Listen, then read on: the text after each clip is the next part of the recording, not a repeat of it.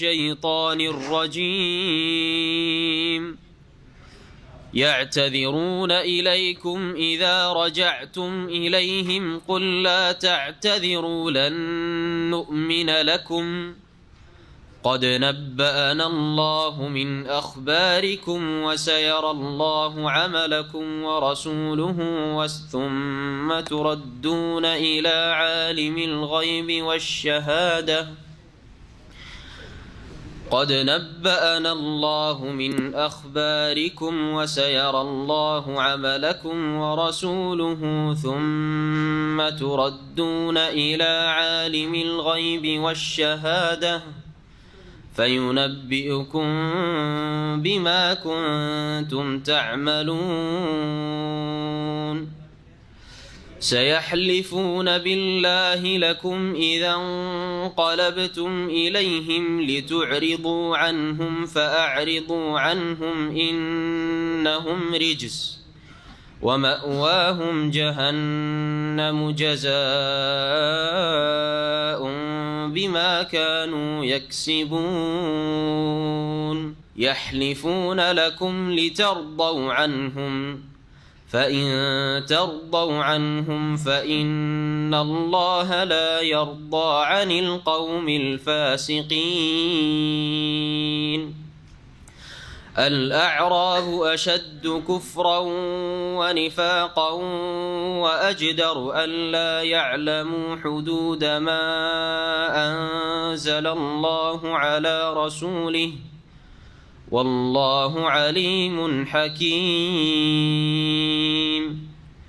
ومن الأعراب من يتخذ ما ينفق مغرما ويتربص بكم الدوائر عليهم دائرة السوء والله سميع عليم ومن الأعراب من يؤمن بالله واليوم الآخر ويتخذ ما ينفق قربات عند الله وصلوات الرسول ألا إنها قربة لهم سيدخلهم الله في رحمته إن الله غفور رحيم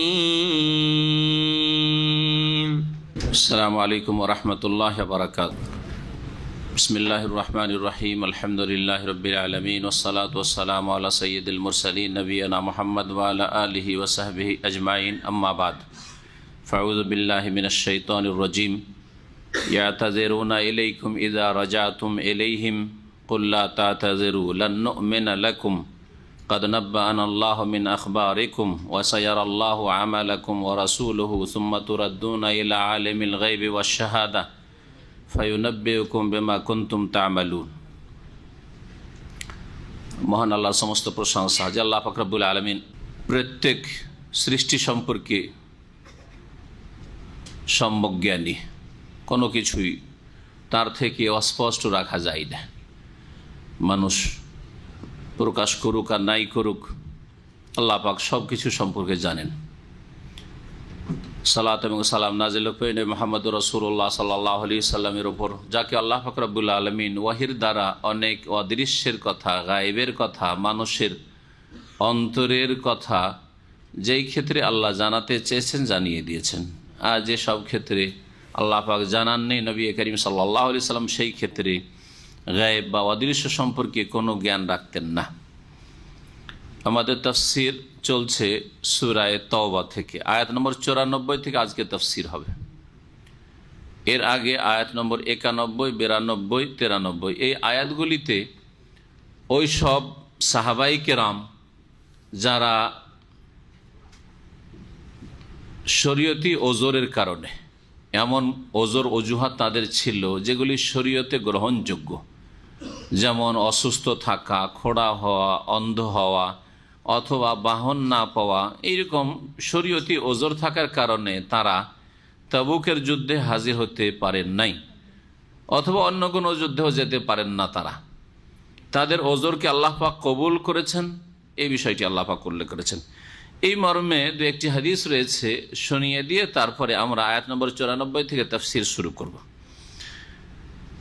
নবী করিম সাল্লাল্লাহু আলাইহি সাল্লাম বলছেন, সহিহ বুখারী মুসলিম হাদিস রয়েছে, আনাস রাদিয়াল্লাহু তাআলা আনহু থেকে বর্ণিত, রাসূলুল্লাহ সাল্লাল্লাহু আলাইহি ওয়াসাল্লাম বলছেন যে ইন্না বিল মদিনাতে আকওয়ামান, নিঃসন্দেহে মদিনায় বেশ কিছু লোকেরা রয়েছে, মা কাতাতুম ওয়াদিয়ান ওয়ালা সিরতুম সাইরান ইল্লা ওয়াহুম মাকুম, তোমরা যে কোনো উপত্যকা দিয়ে অতিক্রম করো না কেন, অর্থাৎ তাবুকের যুদ্ধের মুজাহিদিনদেরকে সম্বোধন করে বলছেন যে কোনো উপত্যকা দিয়ে, মাঠ দিয়ে তোমরা চলাফেরা করো না কেন, হ্যাঁ, বা অতিক্রম করো না কেন, ওয়ালা সিরতুম সাইরান, আর যে কোনো তোমরা অভিযান চালাও না কেন বা যে কোনো ভ্রমণ করো না কেন জিহাদের জন্য, ইল্লা ওয়াহুম মাকুম, তারা তোমাদের সাথেই রয়েছেন। অথচ তারা কোথায় রয়েছেন? সশরীরে কোথায় রয়েছেন? ইন্না বিল মদিনাতে আকওয়ামান, মদিনায় বেশ কিছু লোকেরা রয়েছে। মদিনায় থাকা সত্ত্বেও তোমাদের সাথে, তোমাদের ঘাঁটিতে, উপত্যকায়, মাঠে ঘাটে চলছো, অতিক্রম করছো কোনো এলাকা, সব জায়গায় তোমাদের সাথে জিহাদে রয়েছেন। কালু সাহাবীরা বল ওয়াহুম বিল মদিনা, ওরা মদিনায় রয়েছে আর আমাদের সাথে রয়েছে, এ আবার কেমন কথা হইল? কালা নাম, নবী সাল্লাল্লাহু আলাইহি ওয়াসাল্লাম, হ্যাঁ, হাবাসাহুমুল ওজরু, তাদেরকে বাধাগ্রস্ত করেছে ওজরে, অজুহাতে, তাদের ওই রকম অজুহাত ছিল যার ফলে বা আছে, যার ফলে তারা হাজির হইতে পারে, কিন্তু তাদের অন্তর প্রাণ তোমাদের সাথে রয়েছে। আল্লাহ যদি আমরা খোঁড়া না হইতাম, অন্ধ না হইতাম, সওয়ারি থাকতো, অসুস্থ না হইতাম, তাহলে আমরাও জেহাদের শরীক হইতাম। এর দ্বারা বোঝা যায় যে মানুষের আমলের চাইতে, বাহ্যিক আমলের চাইতে অন্তরের আমল অর্থাৎ নিয়তের গুরুত্ব অনেক বেশি। আপনি যদি সৎ নিয়ত রাখেন আর কাজ অনেকগুলি যদি নাও করতে পারেন, ইচ্ছা করে ছেড়ে দিলেন, অলসতায় করতে পারলেন এমন নয়, বরং সদিচ্ছা থাকা সত্ত্বেও সক্ষম হলেন না করতে, সম্পূর্ণ নেকি পাবেন, সম্পূর্ণ নেকি পাবেন। মসজিদে নামাজ পড়ার জন্য উঠে যাচ্ছিলেন, বাথরুমে আছাড় খেয়ে পড়ে গেলেন, আর এমন ব্যথা হলে আর চলতে পারছেন না, জামাতের নেকি পাবেন না? পাবেন না, জি, ঠিক না? অ্যালার্ম লাগিয়ে রেখেছেন একটা না কয়েকটা, ফজরে জাগবো, কিন্তু কোনো টেরই পাননি, আপনি চেষ্টা করেছেন ফজর উঠার জন্য, ফজরে জামাতের নেকি পাবেন না? পাবেন না, নেকি পাবেন। এইরকম ভাবে বহু ক্ষেত্রে হইতে পারে। হ্যাঁ, আপনার আশার সদ ইচ্ছা ছিল দিন শেখার জন্য, যে ইসলামের সঙ্গে দিন শিখবো, কিন্তু আপনার মালিক, আপনার সুপারভাইজার, সে বাধা দিয়েছে যে কোনো কারণে, বাধাগ্রস্ত হলেন, নেকি পাবেন না? পাবেন না। হ্যাঁ, এলম হাসিল না হইলেও এলম শোনা থেকে, জানা থেকে বঞ্চিত হলেন, কিন্তু নেকির ক্ষেত্রে বঞ্চিত হবেন না আপনি। তাহাজ্জুদ আপনার পড়া অভ্যাস রয়েছে, নিয়মিত তাহাজ্জুদ, নবী সাল্লাল্লাহু আলাইহি ওয়াসাল্লাম এই মর্মে বিশেষ করে তাহাজ্জুদের ক্ষেত্রে হাদিসও রয়েছে।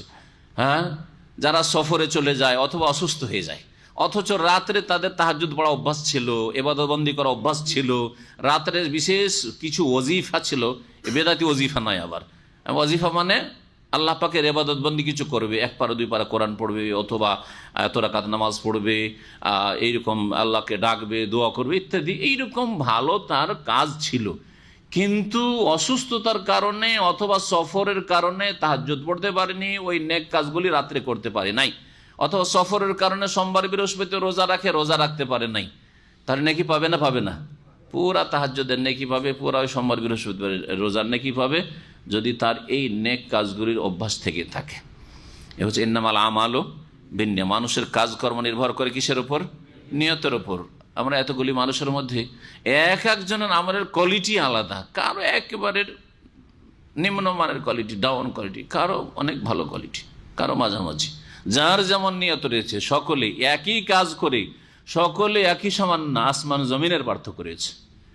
এই জন্য নিয়তে ইখলাস যথাসাধ্য আপনি ইখলাস পয়দা করার চেষ্টা করবেন, আপনি দুনিয়ার স্বার্থমুক্ত হওয়ার চেষ্টা করবেন, আল্লাহ এবং পরকালের জন্য আপনি কাজ করছেন, আল্লাহর সন্তুষ্টির জন্য কাজ করছেন, রাসূলুল্লাহ সাল্লাল্লাহু আলাইহি সাল্লামের মহব্বতে এবং তার অনুসরণে আপনি এই কাজগুলি করছেন।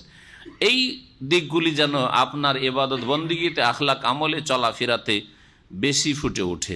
তারপরে আল্লাহ পাক রব্বুল আলামিন ওই সব মুনাফিকদের কথা বলছেন, যে সব মুনাফিকরা মদিনায় থেকে গেছিল, যাওয়ার কোনো ইচ্ছা ছিল না তাদের, আর যায়নি তারা জিহাদে, তাবুকের যুদ্ধে যায়নি।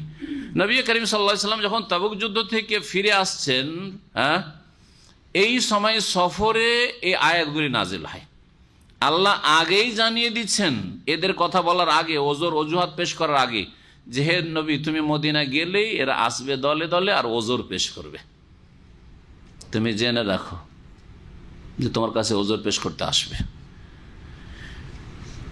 আর তাদের ওজোর তুমি গ্রহণ করবে না।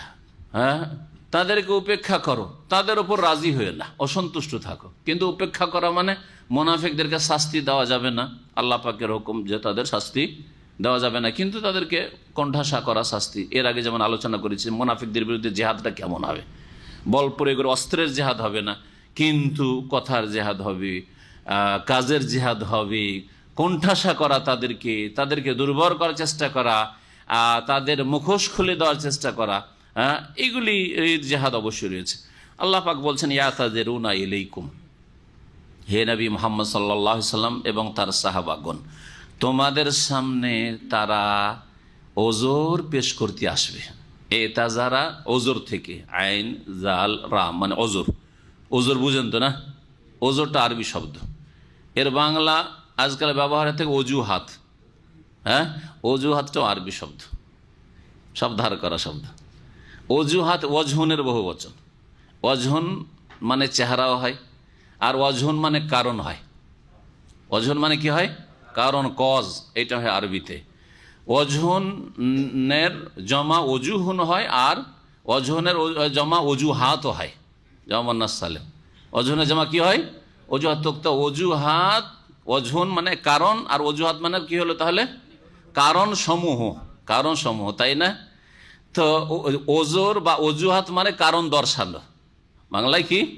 কারণ দর্শানো। তারা কারণ দর্শাবে যে ইয়া রাসূলুল্লাহ, এই কারণে আমরা যেতে পারিনি, এই কারণে আমরা যেতে পারি না, এই অজুহাত।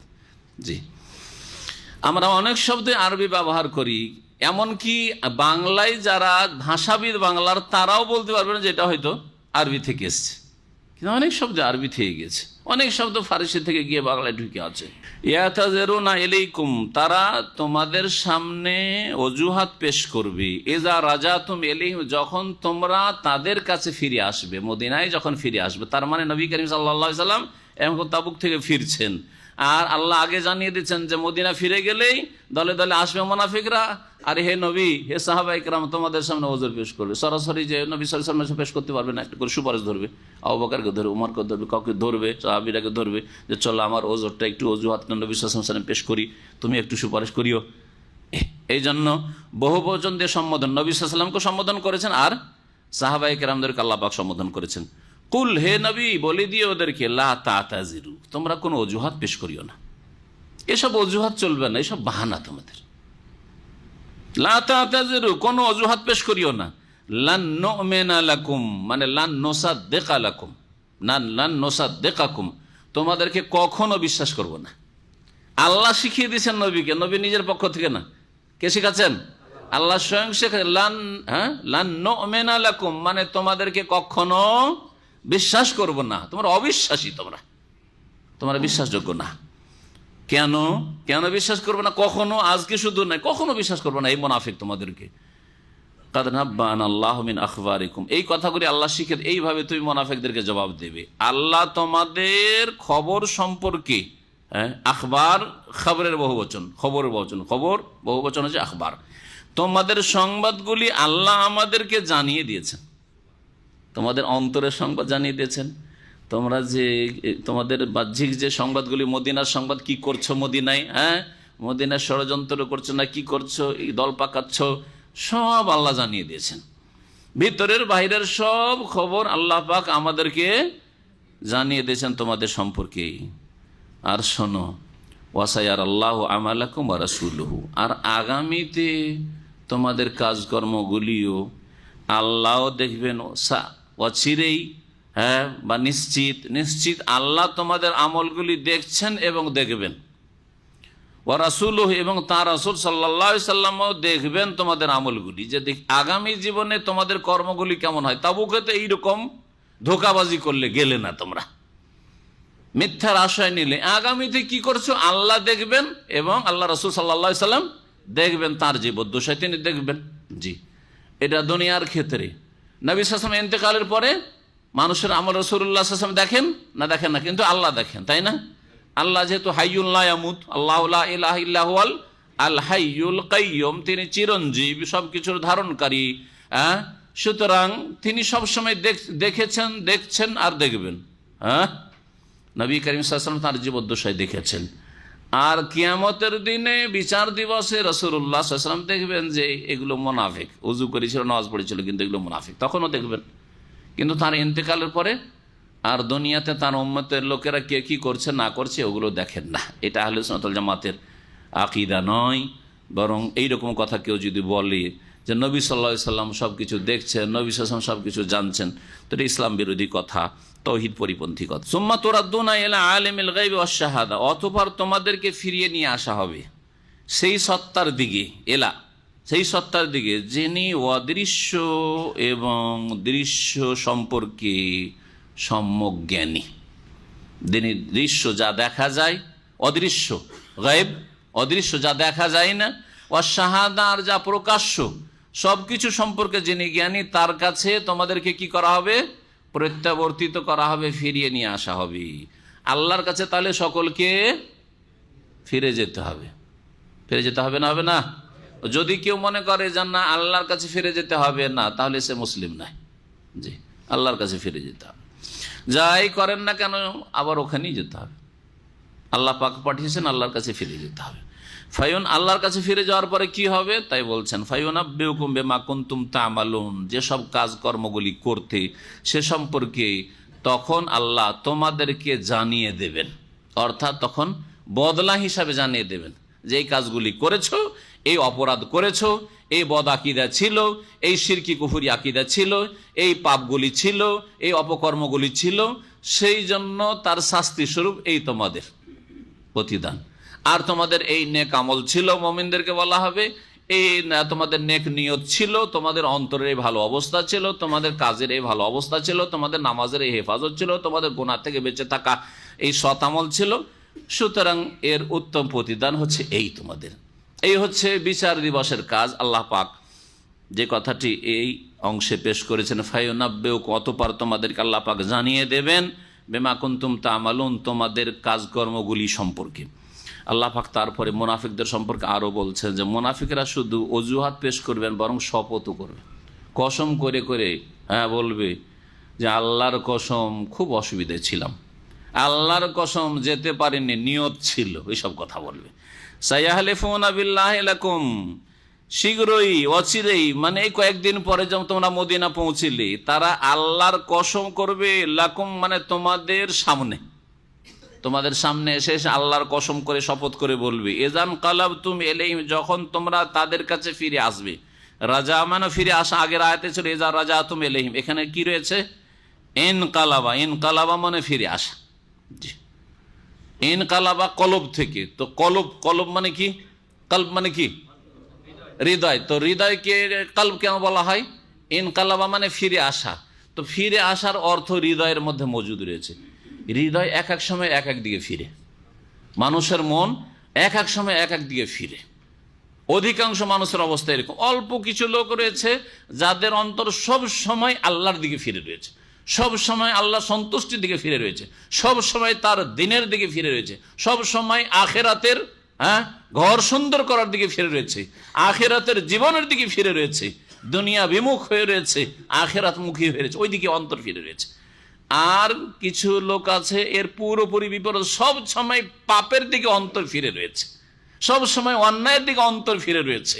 আর অধিকাংশ মানুষ, মেজরিটি, মাঝামাঝি, মাঝে মাঝে ভালোর দিকে ফিরে নিজেকে ধিক্কার দেয়, আর মাঝে মাঝে কি হয়, খারাপের দিকে অন্তর ফিরে যায়। একই লোক নামাজ পড়ে, তখন মনে হচ্ছে যে মুসল্লি, কেঁদে কেঁদে দোয়া করে, আর যখন কম্পিউটারের সামনে বসে, ইন্টারনেটে বসে, তখন পাপ দেখে, পাপ শোনে, পাপ করে, আর নির্জনে সুযোগ সুবিধা পেলে যে কোনো পাপে লিপ্ত হয়, হারাম খায়, হারাম দেখে, হারাম চলে। জি হ্যাঁ, তো এই কালবে কি হয়, কাল ফিরে আসে, একবার এদিকে ফিরে, একবার ওইদিকে ফিরে, একবার ওইদিকে ফিরে, এদিকে ফিরে। এই জন্য কালবকে কাল বলা হয়। আরবি কবি এই কথাই বলেছেন, ওয়ালাল কালব ইল্লা আন্নাহু ইয়াতাকাল্লাবু। কালবকে, হৃদয়কে কালব এই জন্য বলা হয় যে সেটা পরিবর্তন হইতে থাকে, একবার এরকম একবার ওই রকম। বরং একজন মুমিনের অবস্থা একই রকম থাকে না, এক সময় ভালো খুব ইমান, আর এক সময় ইমানে দুর্বলতা চলে আসে, দুর্বলতা চলে আসে। একদিন তাহাজ্জুদ পড়লেন খুব মন লাগিয়ে, খুব মন লাগলো নামাজ পড়তে, আর একদিন তাহাজ্জুদ পড়ছেন ঘুমের চাপ, মনই লাগাইতে পারছেন না, আপনি মনই লাগাইতে পারছেন না, হয় না, হয় না? জি হ্যাঁ, এই জন্য কালকে কাল বলা হয়। তারা নিশ্চিত তোমাদের সামনে আল্লাহর শপথ করবে, এজান কালাব তুমি এলাইহিম, যখন তোমরা তাদের কাছে ফিরে আসবে। কেন শপথ করবে? লেতু রেজু আনহুম, যাতে করে তাদের থেকে উপেক্ষা করো হে নবী বা হে সাহাবাই কেরামরা, হে মুমিনরা, অর্থাৎ যাতে করে তাদের ক্ষেত্রে কোনো অ্যাকশন না নাও, তাদেরকে কোনো শাস্তি না দাও। হ্যাঁ, এই জন্য এই উপেক্ষার অর্থ হচ্ছে তাদেরকে যেন শাস্তি না, উপেক্ষা করো মানে ক্ষমা করে দাও যেন। ফাআরিজু আনহুম, হে নবী মুহাম্মদ সাল্লাল্লাহু আলাইহি সাল্লাম ও তার সাহাবীরা, তাদের থেকে তোমরা মুখ ফিরিয়ে নাও, এড়িয়ে যাও তাদেরকে, তাদের পরোয়া নেই, তারা ইসলামের কাজে আসুক আর নাই আসুক, তোমার সাহায্য করুক আর নাই করুক, তাদের সাহায্যের উপর নির্ভরশীল ইসলাম নয়। এই মোনাফিকরা বিরোধিতা করলেও ঠেকাতে পারবে না, আর মোনাফিকরা সহযোগিতা না করলেও কোনো ক্ষয়ক্ষতি করতে পারবে না, কিছু কমাতে পারবে না। ফাআরিজু আনহুম, সুতরাং তাদের থেকে তুমি বিমুখ হয়ে যাও, উপেক্ষা করো তাদেরকে, অথবা এড়িয়ে যাও তাদেরকে। ইন্নাহুম রিজসুন, কারণ এরা হচ্ছে নাপাক, এরা হচ্ছে কি? অপবিত্র। আল্লাহ মুনাফিকদেরকে কি বলেছেন? অপবিত্র বলেছেন। আর এই সুনারি শুরুতে আল্লাহ কি বলেছে? ইন্নামাল মুশরিকুনা নাজাস, এখানে রিজস আর ওখানে নাজাস। রিজস মানেও নাপাক, আর নাজাসুন মানেও নাপাক। মুশরিকও নাপাক আর মুনাফিকও নাপাক। এই আয়াত স্পষ্ট করে দিল, যাদের অন্তরে আল্লাহর ভালোবাসা নেই, রাসূলের ভালোবাসা নেই, আখিরাতের প্রতি ঈমান নেই, আখিরাত সম্পর্কে সে কর্মতৎপর নাই, কাজ করে না, শুধু মিছামিছি দাবি করে আমি জাতিতে মুসলিম, তারা হচ্ছে নাপাক, তাহলে মুনাফিক। যদি আপনার কোনো কথায় বিশ্বাস থাকে তাহলে সে অনুযায়ী কাজ করবেন। যদি আপনার বিশ্বাস থাকে যে এই লোকের সাথে এখনই কাজে গেলে 500 রিয়াল এখনই আদায় হবে, 500 না 50টা রিয়াল এখনই পাবো, পার্ট টাইম 1 ঘন্টা কাজ করলে বসে থাকবেন? 50টা রিয়াল পেলে তো বসে থাকবেন না। আর আখিরাতের বিশ্বাস আছে আর আখিরাতের কোনো কাজ নেই। আখিরাতে যাওয়ার জন্য প্রথম তৌহিদটাই ঠিক হইলো না, ইসলামের জ্ঞান ফরজ, জ্ঞান অর্জন করলে না, 5 ওয়াক্ত নামাজ ফরজ, 5 ওয়াক্ত নামাজেরই হেফাজত করলে না, আবার দাবি করো আখিরাত প্রতি মানে মুনাফিকি। আল্লাহ পাক বলছেন যে এই মুনাফিকদেরকে এড়িয়ে যাও, কারণ এরা হচ্ছে নাপাক। ইন্নাহুম রিজসুন, যখন নাপাক, তখন নাপাক জিনিসকে ভালো জায়গায় ফেলেন না খারাপ জায়গায় ফেলে? আরে পেশাব পায়খানাকে কোথায় ফেলে? হ্যাঁ, নাপাক জায়গায়। আমাদের দেশে গোবর ফেলার জন্য একটা জায়গা, ওটাকে কি বলেন আপনারা? যে চাষিরা গোবর ফেলার জন্য একটা গর্ত খনন করে রাখে, ওখানে সারা বছর ধরে গোবর ফেলে, আর তারা পচা টচা তখন ওইটাকে সার করে জমির। হ্যাঁ, কি বলেন ওটাকে? রাজশাহীর লোক কেউ আছে, চাঁপাইয়ের লোক আছে, গোবরের মান বলি আমরা ওইটাকে, গোবরের মান। তো যাই হোক, যাই বলেন, তো নাপাক জিনিসকে, নাপাক জায়গায়, নোংরা জায়গায় জিনিসকে নোংরা জায়গায় ফেলে। ময়লা আবর্জনা বাড়ির আছে, ওগুলোকে কোথায় ফেলেন?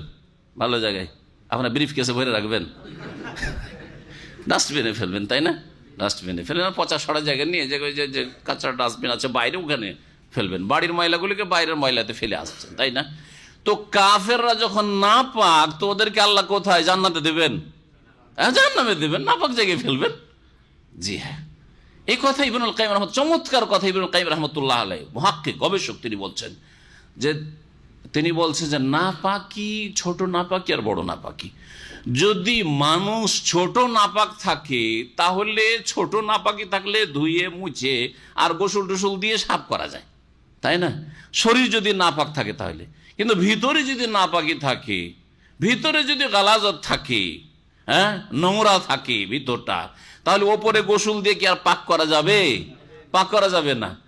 উদাহরণ দিয়ে তিনি বলেছেন যে শুকুরকে যদি আপনি জমজমের পানি দিয়েও গোসল করান, পাক হবে? পাক হবে না। জমজমের পানি আর সাবান আর যত কিছু শ্যাম্পু দিয়েও যদি শুকুরকে গোসল করান, শুকুর পাক হবে না। কিন্তু মুসলিম স্বপ্নদোষ হয়েছে, সব হয়েছে, শরীর নাপাক হয়েছে, বা শরীরের মুসলিম ডম মেথর, শরীরে পেশাব পায়খানাতে ভর্তি আছে, পায়খানাতে নেমেছিল, পাক করা যাবে কি যাবে না? পাক করা যাবে। তাহলে তাই বলছেন যে মুসলিম যদি তার আসল ইসলামটাকে টিকিয়ে রাখে, ইসলাম ভঙ্গ করলে হবে না, আসল ইসলামকে টিকিয়ে রাখার জন্য তাওহীদ ঠিক থাকতে হবে, শিরক মুক্ত হইতে হবে, বড় শিরক মুক্ত হইতে হবে, 5 ওয়াক্ত নামাজ পড়তে হবে, আর ঈমান ভঙ্গকারী যতগুলি কারণ রয়েছে 10টি যে প্রসিদ্ধ কারণ, সেগুলি থেকে মুক্ত থাকতে হবে।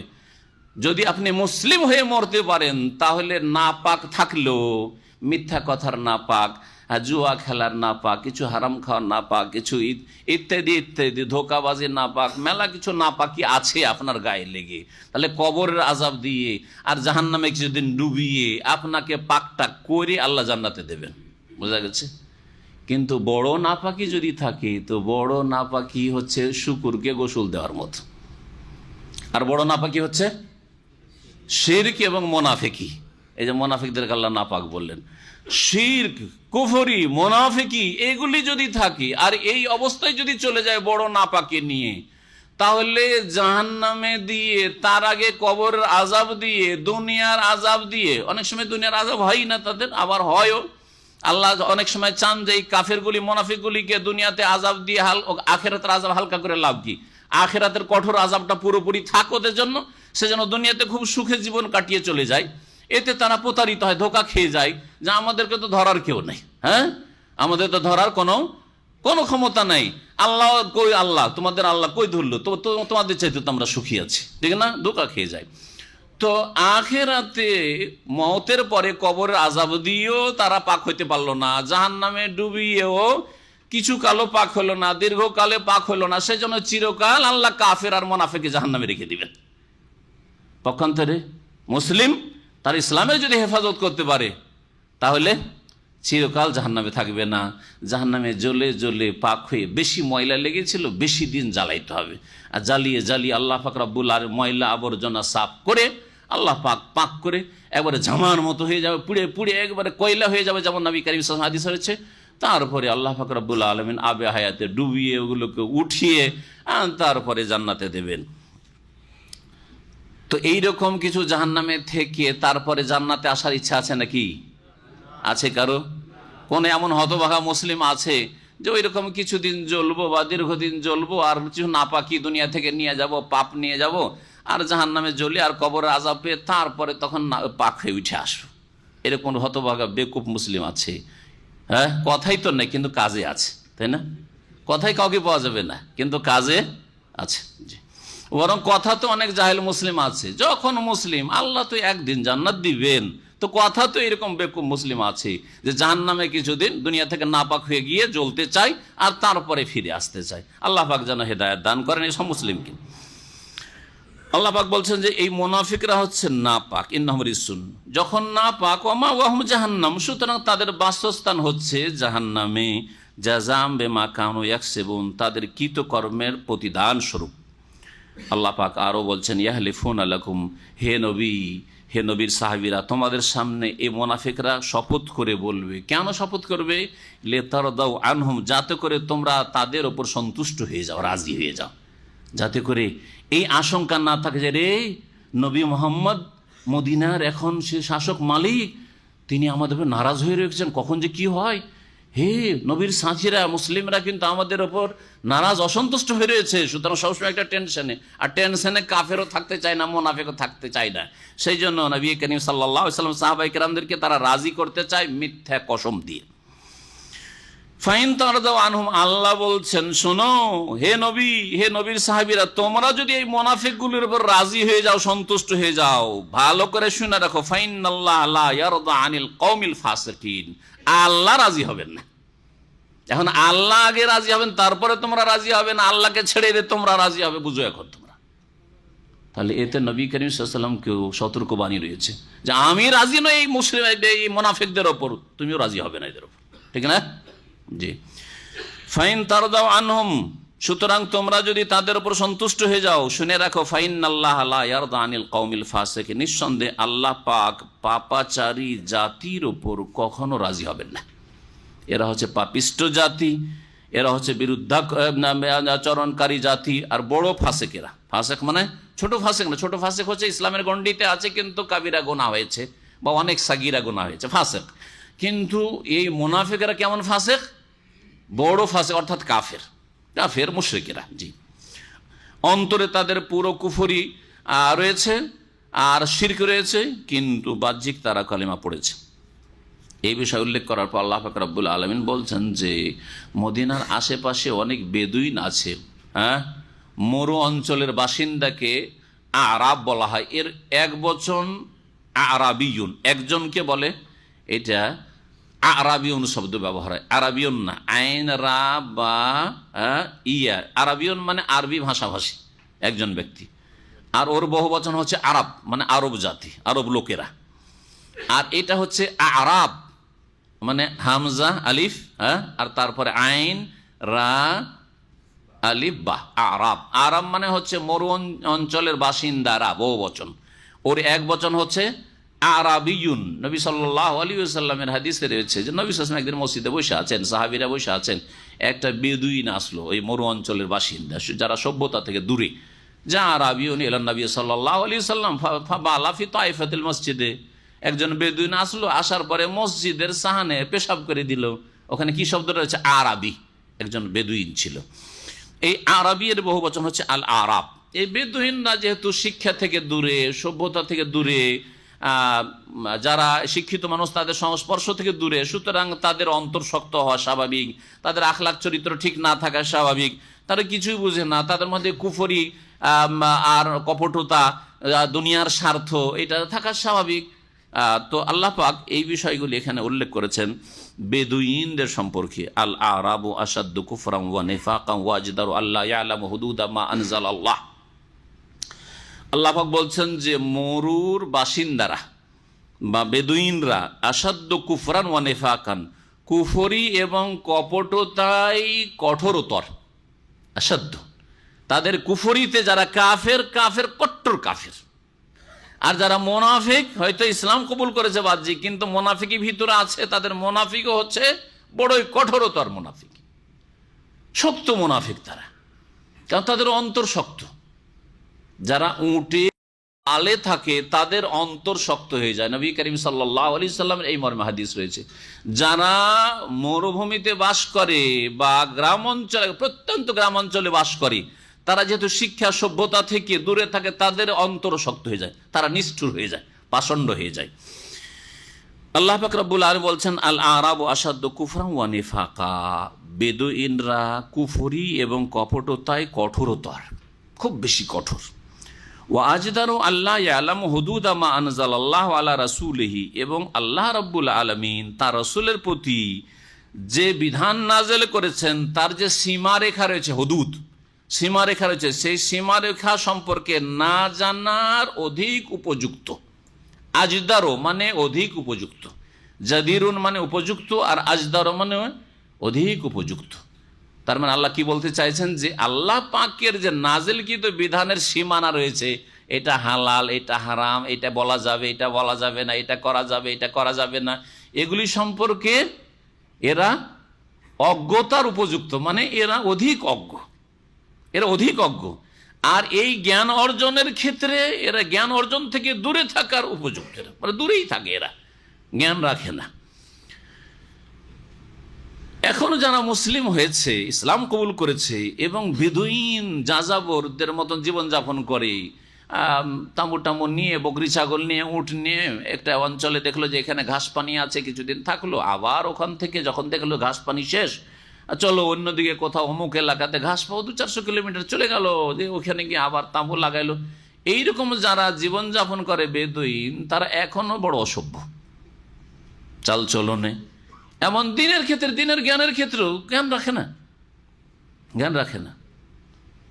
একদিন ইমাম আল্লামা ইবনে উসাইমিন রহমতুল্লাহ আলাইহি কোনো এক জায়গায় নামাজ পড়াচ্ছেন, ইমামতি করছেন, আর কি ওই রকম উট চড়া বেদুইন এক এসছে সৌদি, এসে তার পিছনে নামাজ পড়ছে। ওই সময় মানুষের হইতে পারে ছোট সূরা তো ভুল হয়ে যেতে পারে, যত বড় আল্লামা ইবনে উসাইমিন রহমতুল্লাহ আলাইহি সৌদি আরবের 2 নম্বর বড় আলেম নামাজের পরে, এবং পৃথিবীরও 2 নম্বর আলেম তিনি। তার মতো বড় আলেম আমি এই যুগে, এই 20 শতাব্দীতে 3 জন আলেমকে সবচেয়ে বড় আলেম মনে করি। শেখ ইবনে বাজ রহমতুল্লাহ আলাইহি, ইবনে উসাইমিন আর আলবানী, এই তিনজন রাহিমাহুমুল্লাহ। তো সূরা কাফিরুন পড়তে গিয়ে ভুলে গেছেন একটু, কারণ সূরা কাফিরুনতে একটু বেড়া লাগা আছে, তাই না? করি হালকা হাল আবুদু মা তাবুদুন ওয়ালা আনতুম আবুদুনা মা আবুদু ওয়ালা আনা আবুদু, একবার আবেদুন আবুদু তাবুদুন, হ্যাঁ, তো গোলমাল হইতে পারে। তো উনি একটু গোলমালিয়ে গেছেন পড়তে গিয়ে। তারপরে যাই হোক পিছন থেকে কেউ একটু লোকমা দিয়েছে, তারপর ঠিক হয়েছে, আর ঠিক করে নিয়েছেন, নামাজটা শেষ করেছেন, সালাম ফিরে বসেছেন। আর ওই বধূটা বেদুইন উঠে বলছে যে যদি নামাজ পড়তে নাই জানে তো আগে কেন যায়? ওর আরবিটার বাংলা তর্জমা করলাম, যাকে নামাজ পড়াবার ঢং নেই, ইমামতি করার ঢং নেই, ও যাই কেন? সূরা কাফিরুন পড়তে পারে, ও যাই কেন নামাজ পড়াইতে? হ্যাঁ জি, এটা একটা সভ্য লোক বলবেন, একটা শহরের বাসিন্দা যারা সভ্য মসজিদে এসে নামাজ পড়ে বলবেন, কিন্তু অসভ্য মানুষ ও মনে করে কাফেরুন মুখস্থ নাই ঠিকভাবে, অথচ তাদের এত বড় আলেম তো জানেই না আর চেনেও না। শহরের লোক হলে চেনে, ইবনে উসাইমিনকে কে চেনে না? চেহারাতে সবাই চেনে, সব সৌদি চেনে যারা শহরে বাস করে।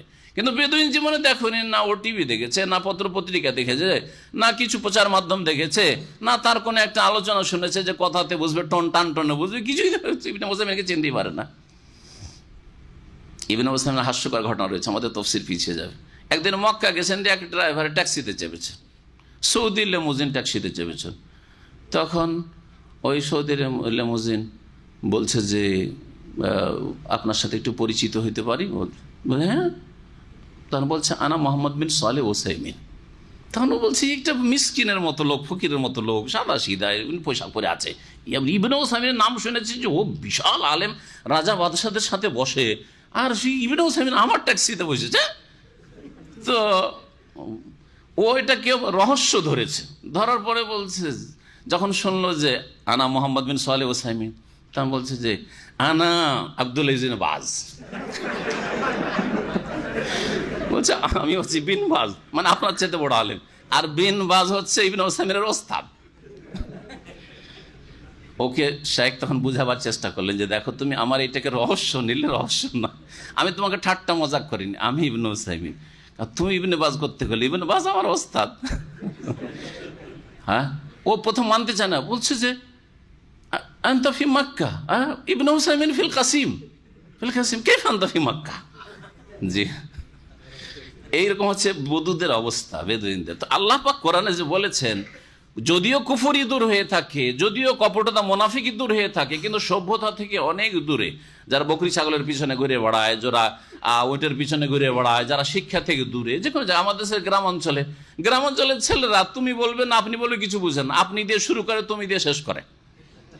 আমি 7 বছর শিক্ষকতা করেছি বড় বড় মাদ্রাসায়।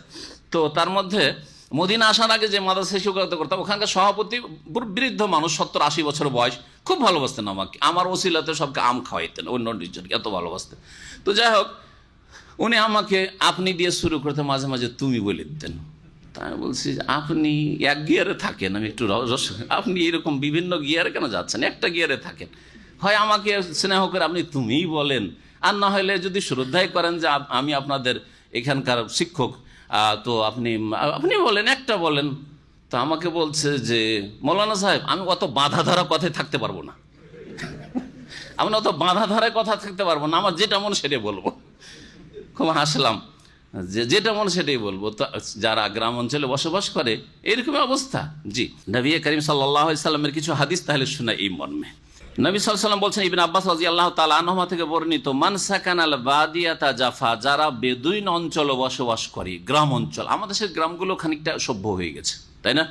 গ্রামে সব কিছু পাওয়া যায়, গ্রামে স্কুল রয়েছে, মাদ্রাসা রয়েছে, তাহলে ঠিক আছে। কিন্তু যে গ্রামে মাদ্রাসা নেই, স্কুল নেই, শিক্ষার ব্যবস্থা নেই, আদব কায়দা শিখার আবার কেউ নেই, কোনো ইসলামিক আলোচনা হয় না, দর্শ হয় না, তারা একবার সভ্যতা থেকে দূরে, ইসলাম থেকে দূরে। মানসাকানাল বাদিয়াতা জাফা, যারা বেদুইন অঞ্চলে বসবাস করে তাদের অন্তর শক্ত হয়ে যায়। অমানিত্তাবা সাইয়্যিদা গাফালা, অমানিত্তাবা সাইয়্যিদা গাফালা, আর যে শিকারী পশুর পিছনে ছুটে শিকার করা যায়, অনেকে পাখি শিকার করে বেড়ায়, অনেকে পশু খরগোশ হরিণ শিকার করে বেড়ায়, যারা এরকম বনে জঙ্গলে শিকার করে বেড়ায়, নবী সাল্লাল্লাহু আলাইহি ওয়াসাল্লাম বলেছেন ওরাও ভালো না, ওরা গাফিল হয়ে যায় আল্লাহর জিকির আজকার থেকে। শিকার করতে করতে ওর নামাজ, ওর জোহর আসর গেছে, মাগরিব হয়ে গেছে, খবরই নেই ওর। আর এইরকমই অবস্থা আজকালকার যুগে ক্রিকেট খেলা লোকদের, হ্যাঁ, ফুটবল খেলা লোকদের, এইরকম যতগুলি খেলা রয়েছে, নামাজ বলে কোনো পরোয়া নেই। সুতরাং যেই খেলাতে নামাজে বাধা সৃষ্টি করে অথবা নামাজের রক্ত পার করে দেয়, সেই খেলা আসলে খেলা জায়েজ হইলেও এই বহিরাগত কারণে সেই খেলা হারাম। ক্রিকেট কয়েক ঘন্টা ধরে খেলা হয়, ও যদি প্লেয়ার বলে যে না আমি এখন নামাজ পড়তে যাবো, তাও হয়তো নামাজ পড়তে যেতে পারবেন, তুই নামাজ পরে পড়বি, এখন খেলা সার, তুই এখন লাইনে আছে, আমি বুঝিও না। আলহামদুলিল্লাহ, না বুঝলেই ভালো। ক্রিকেট অনেকে বুঝে, কিন্তু আমি বুঝিও না, আপনাদের বলছি। আর এটাতে আমি গৌরব করি যে আলহামদুলিল্লাহ বুঝি না, কারণ বুঝলে একটু দেখার ইচ্ছা হয়। বিভিন্ন জায়গায় গিয়ে হোটেলে থাকি, সামনে টিভি আছে, দেখার ইচ্ছা হবে কিনা, আমার খোলারও ইচ্ছা হয় না।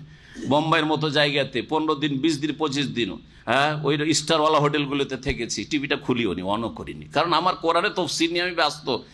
হয় পড়বো আমি, প্রস্তুতি নেব, তারপরে গিয়ে আমাকে রেকর্ডিং করাইতে হবে, বক্তব্য করতে হবে, আমাকে তফসির বেশ করতে হবে, তো আমার টিভি খুলে লাভটা কি? সময় হয় না, সময় হলেও খুলিও নি, এসে একটু সময় পেলে একটু রেস্ট করো। জি হ্যাঁ, তো কথা হচ্ছে যে না বুঝে ভালো, বুঝলে আবার খোলার ইচ্ছা হইতো, তাই না? মাছ ধরা, হ্যাঁ হ্যাঁ, এই যে সমুদ্রের পাশে যারা মাছ ধরে, নামাজ পড়ে, ফজরের নামাজ মাঝে মধ্যে গিয়েছি, ফজরের নামাজ আমি ওখানে গিয়ে একবারে মসজিদ, যেটা আপনার সাদুল আহমেদের মসজিদ আছে, ওইখানেও নামাজ পড়েছি ফজরের মাঝে মধ্যে, গিয়ে দেখি যে মাছ ধরছে। আর অমুসলিম হয়তো ঠিক আছে, ফিলিপাইন অমুসলিমগুলো, মুসলিম, বাংলাদেশি, ইন্ডিয়ান, পাকিস্তানি মাছ ধরছে, বেনামাজি সব।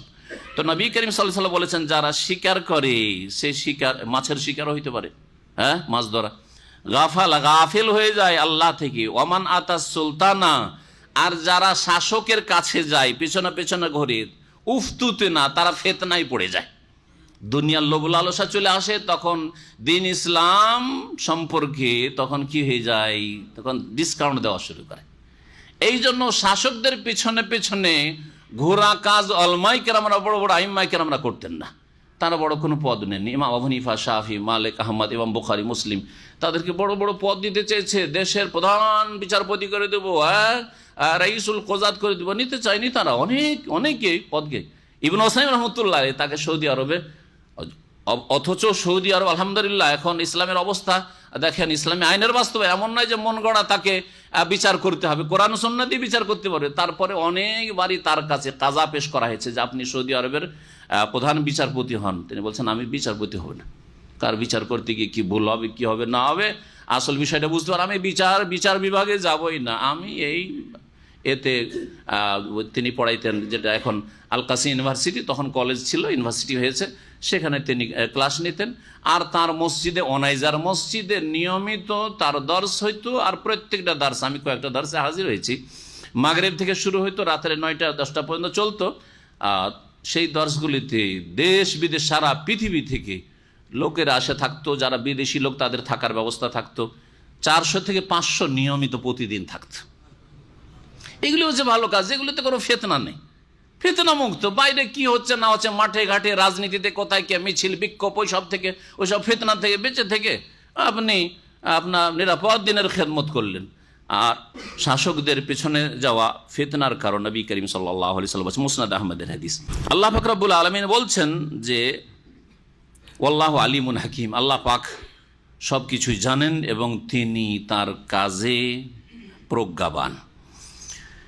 সবকিছু যখন জানেন, তো আল্লাহ পাক রব্বুল আলামিন বেদুইনদের অন্তরের অবস্থা বলেছেন যে তাদের কুফরি, তাদের কপটতা খুব শক্ত, এবং তারা আল্লাহ পাকের নাজিলকৃত দ্বীনের সীমানা সম্পর্কে না জানারই উপযুক্ত, জানে না কিছু। জি, তবে যারা বেদুইন কিন্তু নবী সাল্লাল্লাহু আলাইহি ওয়াসাল্লামের কাছে এসে শিখেছে অথবা আলেমদের কাছে বসেছে, দ্বীনের দর্শে বসেছে, তারা সভ্য হয়ে গেছে। গ্রাম অঞ্চলের লোক, আমরা গ্রাম অঞ্চলে বসবাস করেছি, কিন্তু গ্রাম অঞ্চল থেকে এসে দ্বীন শিখেছি আলহামদুলিল্লাহ। জি, ওমিনাল আরাবি মান ইয়াত্তাখিযু মা ইউনফিকু মাগরামা ওয়া ইয়াতারাব্বাসু বিকুমুদ দাওয়াইর আলাইহিম দায়রাতুস সাই ওয়াল্লাহু সামিউন আলিম। আল্লাহ পাক বলছেন যে বেদুইনদের কতক এমন রয়েছে, মান ইয়াত্তাখিযু মা ইউনফিকু মাগরামা, যা তারা ব্যয় করে দান খেরাত হিসাবে অথবা জিহাদের জন্য চাইলেও দিয়ে দেয়, যা তারা ব্যয় করে, খরচ করে, সেটাকে তারা জরিমানা মনে করে। জরিমানা, মাগরাম, এখান থেকে গারামা শব্দ। আজকাল আরব দেশে কি ব্যবহার হচ্ছে, ফাইনকে গারামা বলছে না, আমাকে এই ক্ষেত্রে গারামা, পেনাল্টির ক্ষেত্রে গারামা বলে, গারামা লেগে গেল। তো কোরআনের ভাষায় কি রয়েছে ওইটা, মাগরাম। আর নবী সাল্লাল্লাহু আলাইহি ওয়াসাল্লাম হাদিস রয়েছে অমিন আল মাসামি ওয়াল মাগরাম, যে দোয়াটি দোয়ায়ে মাসুরাতে রয়েছে, নবী সাল্লাল্লাহু আলাইহি ওয়াসাল্লাম পড়তেন, সাহাবীরা পড়তেন এবং মুখস্থ করে নেন। আমাদের শুধু একটি দোয়ায়ে মাসুরা মুখস্থ, আর মনে করে যে ওইটাই হচ্ছে দোয়ায়ে মাসুরা, বড় এক অজ্ঞতা। সালাম ফেরার আগেখানে আত্তাহিয়াত পড়ে আর দুরূদ পড়ার পর আল্লাহুম্মা ইন্নী যালামতু নাফসি যুলমান কাসীরা, ব্যাস এতটুকু হচ্ছে আমাদের বিদ্যার দৌড়, ইসলামের দৌড়। আর নবী সাল্লাল্লাহু আলাইহি ওয়াসাল্লাম কয়েকটা জিনিস থেকে যে আশ্রয় চাইতে, আল্লাহুম্মা ইন্নী আউযু বিকা মিন আযাবিল কবরি ওয়া মিন আযাবি জাহান্নাম ওয়া মিন ফিতনাতিল মাসিহিদ দাজ্জাল ওয়া মিন ফিতনাতিল মাহি ওয়াল মামাত ওয়া মিনাল মাসামি ওয়াল মাগরাম, গুনাহ থেকে এবং মাগরাম থেকে। মাগরাম মানে ঋণ, এখানে ঋণ। আল্লাহ পাক মাগরাম, ঋণকেও বলা হয়, আর মাগরাম কাকে বলা হয়? জরিমানা, ফাইনকেও বলা হয়। এখানে ফাইনের অর্থে রয়েছে। তো কতক বেদুইন এমন আছে যারা নবী সাল্লাল্লাহু আলাইহি ওয়াসাল্লামের কথা ইসলাম কবুল করেছে, কিছু খরচ করে, সাদকা খেরাত করে বা জাকাতও দেয়। জাকাত দেওয়াকে তারা কি মনে করে? মাগরাম, যে জরিমানা লেগে গেল, আরে 100 টাকা ছিল 2.5 টাকা জরিমানা লাগলো। হ্যাঁ, আজকালকার যারা ফাসিক বেদিন লোক জাকাত দিল বা জাকাত সম্পর্কে বিরূপ মন্তব্য করে, কি বলে, আল্লাহর পক্ষ থেকে ট্যাক্স মানে তো ফাইন, ট্যাক্স তো ইসলামে নেই, তো জাকাত ট্যাক্স নাই। কেউ যদি জাকাতকে ট্যাক্স বলে সে হয় মূর্খ, জাহেল, আর না হলে সে মোনাফেক। যেমন মোনাফেকরা বলতো যে নবী জরিমানা লিখছে আমাদের কাছে, হ্যাঁ, ওই রকমই মনে করে যে আল্লাহ আমাদের কাছ থেকে জাকাত চেয়েছে যে 2.5%, হ্যাঁ, বা 20 মনে 1 মন, বা যদি সেচবিহীন এমনিতে হয়ে যায় তাহলে 10 মনে 1 মন, এগুলো হচ্ছে ট্যাক্স। জি জি, আল্লাহর উপর মিথ্যা অপবাদ দেওয়া, এটি হচ্ছে ইবাদত, আপনার অন্তরের ইবাদত। দান খেরাত করলে, জাকাত দিলে অন্তর বড় হবে, প্রশস্ত হবে। যারা দিতে পারে তাদের মন বড় হয়, দেখবেন আপনি দিয়ে। আর যারা নেই তাদের মন ছোট হয়, খাই যায় না, কেমন করে পাবো। ভিক্ষা করা পেশা এই জন্য খুব নিকৃষ্ট পেশা, মন একেবারে ছোট হয়ে যায়। অপর বাড়ি খেতে খেতে মন একেবারে সংকীর্ণ, যে কাউকে আর খাওয়াতে পারে না। এই জন্য মিলাদগুলি হয় পয়সাওয়ালাদের বাড়ি, হ্যাঁ, সাধারণ লোকদের বাড়ি, দুনিয়ার শিক্ষা শিক্ষিত লোকদের বাড়িতে হয়, কিন্তু মোল্লা হুজুরদের বাড়িতে মিলাদ হয় না। কারণ ওরা খেয়ে এমন দিল সংকীর্ণ হয়েছে, কাউকে খাওয়াইতে পারে না, বুঝা গেছে? যার ফলে মোল্লা হুজুরদের বাড়ি কখনো মিলাদ পড়তে দেখেন না। যে অমুক হুজুরের বাড়িতে মিলাদ হচ্ছে, দেখেছেন? কখনো দেখবেন না। মিলাদ হারাম, মিলাদ বিদআত। সে আপনি হুজুরের বাড়ি করেন, আর আপনি শাসকদের বাড়িতে করেন, আর পয়সাওয়ালাদের বাড়িতে করেন, কিন্তু এটা পেট ব্যবসা। আর মোল্লার বাড়িতে, নিজের বাড়িতে মিলাদ করে তো পয়সা হবে না, পেট ব্যবসা হবে না, এই জন্য মিলাদ হয় না। আর ও তো খাওয়াইতে পারে, সারা জীবন তো খেতেই থাকলো অন্যের ঘরে, খাওয়াইতে পারে না। আল্লাহ পাক বলছেন যে এই বেদুইনদের কত কেমন আছে যারা যা খরচ করে, এই খরচকে তারা কি মনে করে? মাগরামান, জরিমানা মনে করে। ওয়ায়াতারাব্বাসু বিকুমুদ দাওয়াইর, এবং তারা তোমাদের সম্পর্কে, হে নবী মুহাম্মদ এবং তার সাথী সঙ্গীরা, তোমাদের সম্পর্কে তারা প্রতীক্ষা করে।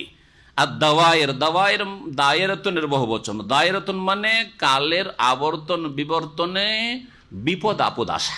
জি, দাঁড়া এদুর মানে হচ্ছে কোনো কিছু, হ্যাঁ, চক্কর দিয়ে আসা, হ্যাঁ, ঘুরে আসা। এই জন্য এই যে গোল চক্করগুলি রয়েছে, এগুলিকে আরবিতে দাওয়ার বলা হচ্ছে, বলছে না, এটা দাওয়ার। জি, তো ইয়াতারাব্বাসু বিকুমুদ দাওয়াইরা মানে কি করবেন? তোমাদের সম্পর্কে তারা প্রতীক্ষা করে। আর দাওয়াইরা মানে দুর্দিনের, যে তোমাদের উপর দুর্দিন আসুক, বিপদ আবার আসুক। শুধু অপেক্ষায় থাকে যে কখন মুহাম্মাদের ক্ষতি হবে, কখন মুহাম্মাদের সাথী সঙ্গীদের ক্ষয়ক্ষতি হবে, তারা কখন হারবে, আর কখন তাদের এই হবে সেই হবে, হতাহত হবে, এগুলির অপেক্ষায় থাকি। আলাইহিম দায়রাতুস সওই, এটা আল্লাহর পক্ষ থেকে অভিশাপ তাদের ওপর। এই বেদুইন যারা মুনাফিক, আর নবী করিম সাল্লাল্লাহু আলাইহি ওয়াসাল্লাম সাহাবাই কেরামদের ক্ষয়ক্ষতি হোক, তাদের দুর্দিন আসুক, এই প্রতীক্ষায় যারা থাকে, তাদের ওপর মন্দ কুচক্র রয়েছে, বা তাদের ওপর মন্দ দুর্দিন রয়েছে। জি, তাদের ওপর দুর্দিন রয়েছে। আলাইহিম দায়রাতুস সও ওয়াল্লাহু সামিউল আলিম, আল্লাহ পাক রব্বুল সর্বশ্রোতা, সবকিছু শোনেন এবং সবকিছু জানেন। অমিনাল আরাবে মাইয়ুমিনু বিল্লাহি ওয়াল ইয়াউমিল আখির, আল্লাহ পাক রব্বুল একচেটিয়া তাহলে সব বেদুইনকে খারাপ বলেননি। এতক্ষণ পর্যন্ত খারাপ বেদুইনদের গুণগুলি বলা হলো, দোষগুলি বলা হলো। এখন ভালো কিছু বেদুইন আছে, গ্রাম অঞ্চলে বাস করলে যে ভালো মানুষ হবে না এমন কথা নেই, হইতে পারে, কিন্তু সংখ্যা কম, হ্যাঁ, শিক্ষা কম, সুতরাং সংখ্যা কম। জি, এক বেদুইনের গল্প মনে পড়লো। আল কাসিমে জোহরের নামাজ পড়ে দাঁড়িয়ে আছি, 1995-এর ঘটনা। আর ও বেচারা কাঠ ফাট নিয়ে তার ওই পিক আপে করে নিয়ে এসে কাঠ বিক্রি করে, রোদ্রে গরমের দিন কাঠ নিয়ে এসছে গরমে, আর মাথাও গরম হয়ে আছে তার, জোহরের নামাজ পড়ে, ও তো জোহর নামাজে পড়েনি, কাঠ নিয়ে শুধু কাঠের অন্য শহর থেকে হইতে এসছে, কাঠের মার্কেট, লকড়ির মার্কেট খুঁজে বেড়াচ্ছে। যে আরবরা ঠান্ডার দিনে লকড়ি টুড়ি পোড়ায় না, বা লকড়িতে কোনো কিছু পুড়িয়ে খায়, তো এই লকড়ির মার্কেট খুঁজছে। তা আমাকে জিজ্ঞেস করছে, কয়েকজন পাকিস্তানি আর সব অন্যরা ছিল, বাংলাদেশও ছিল, দাঁড়িয়ে আছে আমার পাশে, ওরা দুইজন আছে, এসে জিজ্ঞেস করলো।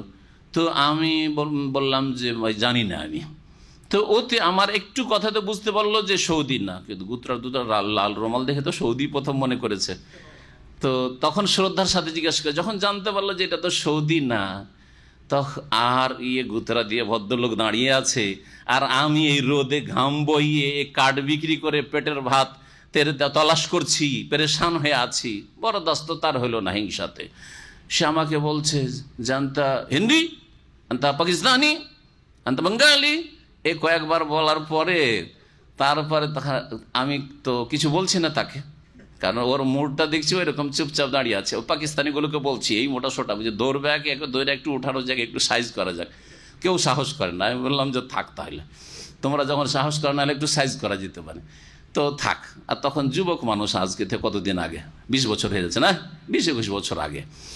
তো আমাকে বলছে যে খামসা সানা কুল্লু আজনবী রোহবাররা, তর্জমা করতে হবে, তর্জমা করা লাগবে। কি বললাম?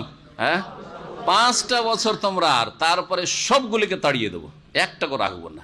20 বছর হয়ে গেছে, ওরা স্বয়ংসম্পূর্ণ হইতেও পারছে না, আর সৌদি আজান আনার পরেও তারা স্বয়ংসম্পূর্ণ হতে পারে না, বরং তারা অনেকে ঠকামি করে নাম লিখিয়ে বসে বসে বেতন নেওয়ার ধান্দা করছে, যার ফলে পায়ে দাঁড়াতেও পারছে না, আমাদেরকে তাড়াতেও পারছে না। ওরা পায়ে দাঁড়িয়ে গিয়ে দায়ী যদি হয়ে যেত, আমি চলে যাব, কেন থাকবো? থাকার কোনো প্রয়োজন নাই, এসে আমার এখানে এসে দার্স দিক আর ইসলামের দাওয়াতের কাজ করুক, চলে যাবো এখান থেকে, কোনো অসুবিধা নেই। তো আলহামদুলিল্লাহ, ওর 5 বছর বলেছিল, 20 বছর হইল। জি, তো বলছিলাম যে অসভ্য যারা বেদুইন, তারা বড় অসভ্য থাকে। জি, আর হিংসাও তাদের অন্তরে থাকে। 500 রিয়াল বেতন দিলে আর বরদাস্ত নেই, কিন্তু শহরের লোকের ওই হিংসা নেই। আপনি দামাম শহরের লোক কিন্তু 2000 বেতন দিলে বিদেশিকে ওই হিংসা করে না, কিন্তু যদি আপনি বেদুইন এলাকার লোক 700 টাকা বেতন, হাজার কেজির হাজার কাম এন দেখ ফুলুস, বাংলাদেশ গেলে 700-তে কত হয়ে গেল? 14,000। ও 14,000 আর বা তাসার আলফ, হ্যাঁ, বোঝা গেছে, ওই হিসাব করে।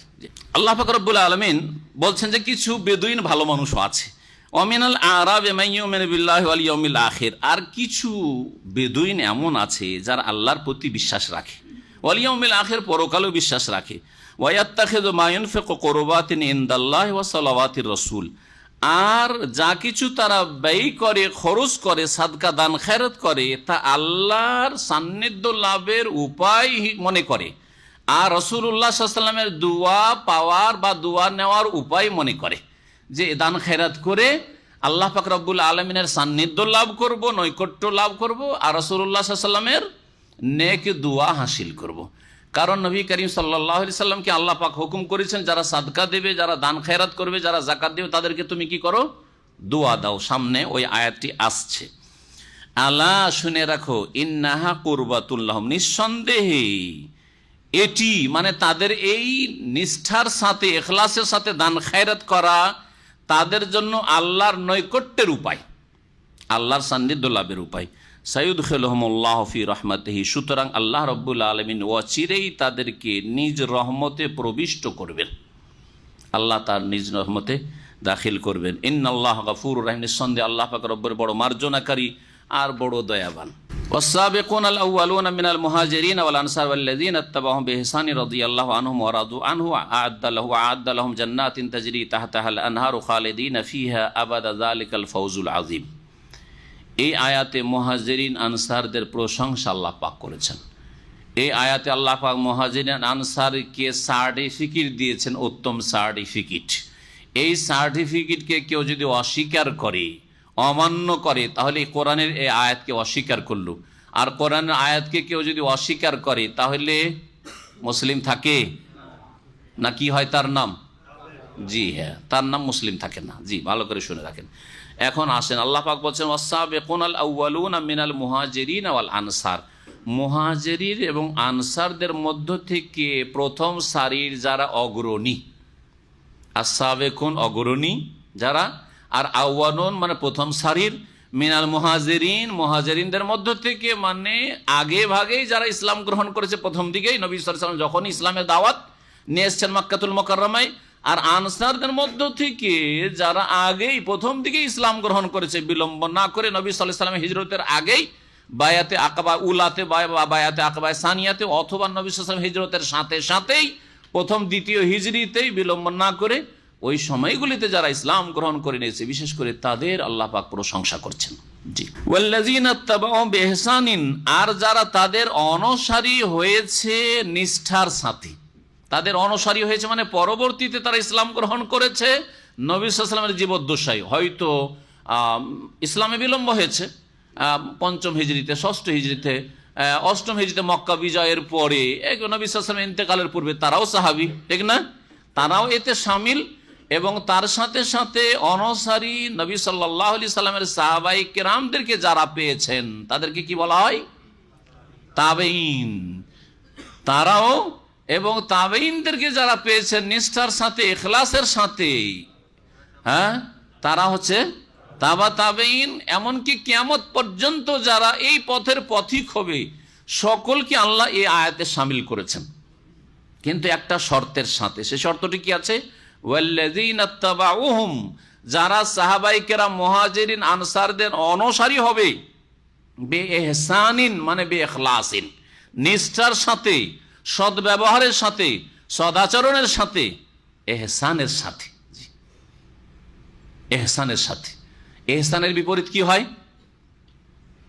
কি হয়? ইখলাসবিহীন, তাদের আন্তরিকতা ছিল না, নিষ্ঠা ছিল নিষ্ঠাবিহীন। তারা অনুসারী পরে এসেছে, তাবেঈনদের যুগে এসেছে বা তাবা তাবেঈনদের যুগে এসেছে, কিন্তু তাদের আকীদা, আমলে, ইসলামে, আখলাকে কি ছিল না? ইখলাস, নিষ্ঠা ছিল না, বা সদ্ব্যবহার ছিল না। সদ্ব্যবহারের বিপরীত হচ্ছে খারাপ আচরণের সাথে। তারা তাবেঈনদের যুগ পেয়েছে, হ্যাঁ, তাবা তাবেঈনের যুগ পেয়েছে, কিন্তু খারাপ আচরণের সাথে। তারা কি এতে শামিল হবে? তারা শামিল হবে না। আমি এই কথাগুলি কেন বললাম, যখন ভেঙে বলবো বুঝতে পারবেন। কারণ তাবেঈনদের যুগে, তাবা তাবেঈন যুগে কিছু লোকের এমন ছিল যারা জালেম ছিল, যারা খুন করেছে, যারা অত্যাচার করেছে, তারা যাতে করে এতে শামিল না হয় তাদের ক্ষেত্রে আমরা নীরবতা পালন করব। যা তারা করেছে, অন্যায়গুলি করেছে, তাদের ভালো আমলও ছিল, কিন্তু যে অন্যায়গুলি করেছে সেই জন্য নবী সাল্লাল্লাহু আলাইহি ওয়াসাল্লাম যেমন হাদিসে বলেছেন, আফযা ইলা মা কাদ্দামা, যা কিছু দুনিয়ায় করেছে আল্লাহর কাছে গিয়ে তা পেয়ে গেছে। অপরাধ করেছে, খুন করেছে, অত্যাচার করেছে, কারো হক নষ্ট করেছে, সুতরাং আল্লাহ পাকের কাছে গিয়ে পেয়ে গেছে। কিন্তু এই প্রশংসায় শামিল কারা হবে? সাহাবায়ে কেরাম, মুহাজিরিন, আনসার, হয় মুহাজিরিন আর না হইলে আনসার, এবং তাদের যারা নিষ্ঠার সাথে অনুসারী, সদাচরণের সাথে অনুসারী। মানে তার মানে কি? যেই ইসলাম সাহাবায়ে কেরামদের যুগে ছিল সেই ইসলাম পালন করে না, তাতে নতুন কিছু মরিচ মশলা লাগিয়ে। বলেন, এখনকার যুগে যারা কিছু এমন ইসলাম পালন করছে, ধর্মকর্ম করছে, যা নবী সাল্লাল্লাহু আলাইহি ওয়াসাল্লামের যুগে, সাহাবায়ে কেরামদের যুগে ছিল না, তাদের মধ্যে ইহসান আছে কি? নাই। কারণ তারা সাহাবায়ে কেরামদের জামানার ইসলাম পালন করেন। এখন সাহাবায়ে কেরামদের জামানার ইসলামটা ভালো করে চোখ খুলে দেখুন, সেই যুগে মাজার ছিল, পাকা কবর ছিল না? নবী সাল্লাল্লাহু পাকা কবর, কোন জায়গায় পাকা কবর তো দূরের কথা, যদি উঁচা কবর থাকে তো গুড়িয়ে দিও, বরাবর করে দিও বলেছেন আলীকে, বলেন নাই? হ্যাঁ, সেই যুগে কবরে চাদর চড়ানো থাকতো, ফুল দেওয়ানো থাকতো। কবর কি মসজিদে দেওয়া হইতো না? লানত করেছেন মসজিদে কবর যারা দিবে তাদের ওপর, হ্যাঁ, বা কবর যারা মসজিদ তৈরি করে তাদের ওপর। সেই যুগে কি কবরে ওরস লাগতো? সেই যুগে কি কবরকে মাজার বলা হইতো? হ্যাঁ, সেই যুগে কি কবর পূজা হইতো? কবরে খাসি মোরগ জবাই করা হইতো? রাসূলুল্লাহর কবরে, সাহাবায়ে কেরামের কবরে, আবু বকর, উমর, উসমান কারো কবরে কি খাসি মোরগ জবাই করা হইতো? হ্যাঁ, ভিড় ভাড় লাগানো হইতো, ধুমধাম হইতো, ওরসের মেলা লাগতো? সেই যুগে কি মিলাদ হইতো? হ্যাঁ, না 500 বছর পরে মিলাদ শুরু হয়েছে? বলুন, নবী সাল্লাল্লাহু আলাইহি ওয়াসাল্লাম এরা মিলাদ করেছেন, জন্মবার্ষিকী পালন করেছেন? না শুরু করেছে কারা? ইহুদি মুনাফিকরা, যারা নিজেদেরকে ফাতিহ বলেছিল, ওবাইদি বংশ, রাফেজি শিয়ারা মিশরের শাসকরা, আর ওদের কাছ থেকে ইরাকের সুন্নি বিদাতিরা নিয়েছে, আর এই সুন্নি বিদাতিরা পাচার করেছে আফগানিস্তান, ইরান হয়ে ভারতে পাচার করেছে। তাহলে এই মিলাদ, নবী সাল্লাল্লাহু আলাইহি ওয়াসাল্লামের ঈদে মিলাদুন্নবী পালন করা মদিনারও সুন্নাত নাই, মক্কারও সুন্নাত নাই। এ হচ্ছে রাফেজিদের সুন্নাত। আর তার আগে রাফেজিদের পূর্বপুরুষ ইহুদিরা, ওরা আসলে ইহুদি ছিল, ইসলামের ক্ষয়ক্ষতি সাধনের জন্য তারা ইসলাম গ্রহণ করেছিল, আর কয়েকশো বছর তারা রাজত্ব করেছিল মিশরে। তাদের সুন্নাত এটি, নবীর সুন্নাত নয়, সাহাবাইকে সুন্নাত নয়।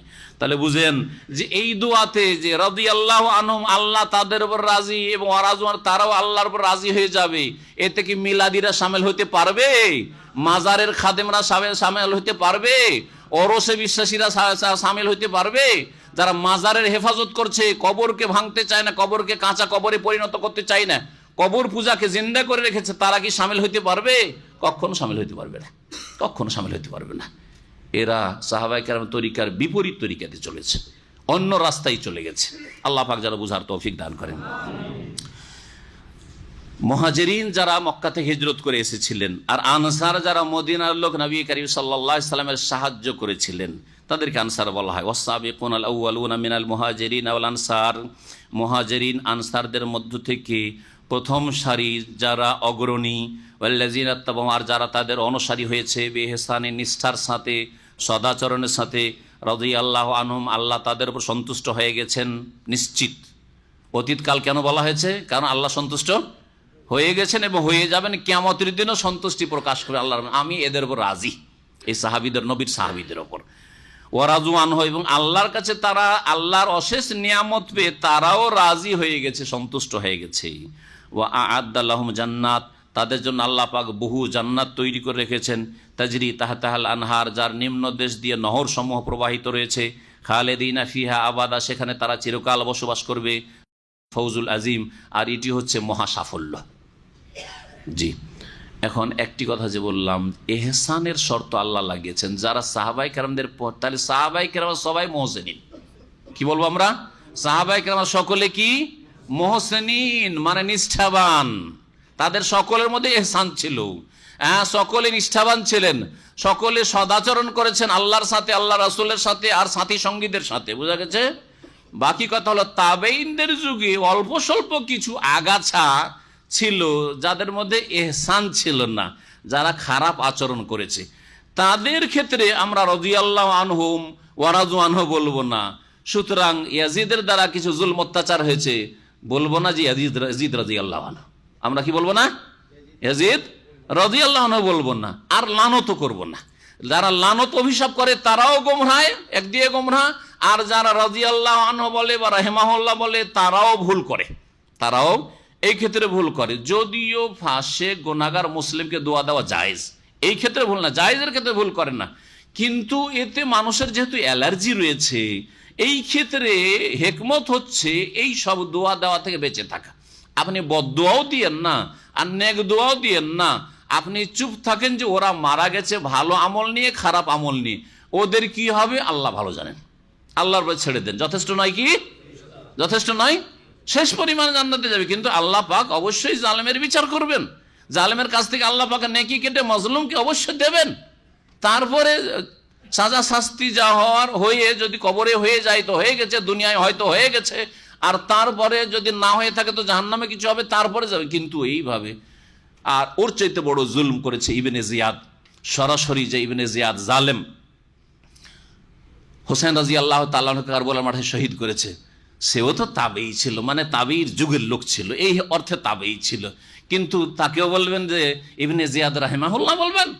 হ্যাঁ, ইবনে জিয়াদ যেহেতু তাবেই সেই জন্য রাদিয়াল্লাহু বলে দেবেন না? কখনো না, কখনো বলবেন না। কারণ, আর আমি আমার কথা বলছি না, আমার চাইতে অনেক বড় মুহাদ্দিস, আর আমাদের চাইতে বরং আজকালকার যুগের মুহাদ্দিস চাইতে বড় মুহাদ্দিস আল্লামা হাফেজ ইবনে হাজার রহমতুল্লাহ, তার প্রখ্যাত কিতাব বুখারীর ভাষ্য ফাথুল বারীতে তিনি বলেছেন যে যারা তাবেঈনদের যুগে সাহাবায়ে কেরামদের সাথে খারাপ আচরণ করেছে, যেমন হুসাইনকে শহীদ করেছে, হাসানকে বিষ দিয়েছে, অথবা এই ধরনের মদিনার উপর হামলা করে হাররার দিনে ঢাল আহারে হামলা চালিয়েছে, মক্কার উপর হাজ্জাজ বিন ইউসুফের মতো জালেম, সেও তাবেই ছিল। হাজ্জাজ বিন ইউসুফের মতো খুনি, কুখ্যাত ব্যক্তি মক্কার উপর হামলা করেছে, ইবনে জুবাইরকে শুধু দমন করার জন্য ইবনে জুবাইরকে শহীদ করেছে, মাটিও দিতে দেয়নি, ফাঁসিতে কয়েক দিন ধরে ঝুলিয়ে রেখেছে। জি, বলবেন যে এরা তাবেই রাহিমাহুল্লাহ না, কখন রাহিমাহুল্লাহ বলবেন না, আল্লাহ নাতুল্লাহ বলবেন না, আল্লাহ লানত গজব এটাও বলবেন না, আর কি বলবেন না, রাহিমাহুল্লাহ বলবেন না। বলবেন যে যা তারা করেছে আল্লাহর কাছে পেয়ে গেছে। আফদা ইলা মা কাদ্দামা আরবিত, আমাদের কিছু বলার নেই। তিলকা উম্মাতুন কাদ খালাত লাহা মা কাসাবাত ওয়া লাকুম মা কাসাবতুম ওয়া লা তুসালুনা আম্মা কানু ইয়ামালুন। আল্লাহ পাক রব্বুল আলামিন দ্বিতীয় পারার শেষ আয়াতে, তৃতীয় পারা যে তিলকা রসুল শুরু হয়েছে ওখানে বলেছে এরা এক জাতি ছিল, কাল খালাত চলে গেছে দুনিয়া থেকে, লাহা মা কাসাবাত যা কিছু করেছে তাদের কৃতকর্মের ফল পেয়ে গেছে, ওয়া লাকুম মা কাসাবতুম তোমরা যা করো তার ফল তোমরা পাবে, ওয়ালা তুসালুনা আম্মা কানু ইয়ামালুন ওরা কি করেছিল কিয়ামতে আল্লাহ তোমাদেরকে জিজ্ঞেস করবে না। আর দুনিয়া তো আল্লাহ জিজ্ঞাসা করবেন হাজ্জাজ বিন ইউসুফ কি করেছিল, আর ইবনে জিয়াদ কি করেছিল, আর ইয়াজিদ কি করেছিল, আর অমুক নেতা কি করেছিল, আজকালকার অমুক ব্যক্তি অমুক শাসক কি করেছিল, এটা জিজ্ঞাসা করা হবে না, তোমাকে তোমার সম্পর্কে জিজ্ঞেস করা হবে।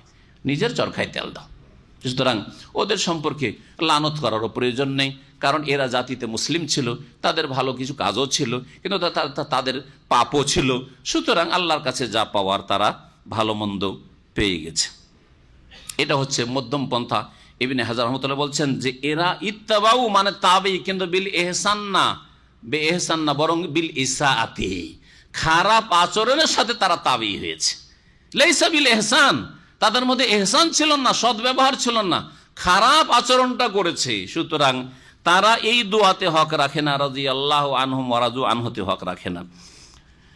আল্লাহ পাক তারপরে বলছেন ওয়ামিম্মান হাওলাকুম মিনাল আরাবি মুনাফিকুন, হে নবী মুহাম্মদ সাল্লাল্লাহু আলাইহি ওয়াসাল্লাম তোমাদের চারিপাশে যে বেদুইনগুলো রয়েছে এই বেদুইনদের মাঝে বেশ কিছু মুনাফিক রয়েছে। তার মানে শুধু মদিনাই মুনাফিক না, মদিনার চারপাশে বেদুইন এলাকাতে মুনাফিক রয়েছে।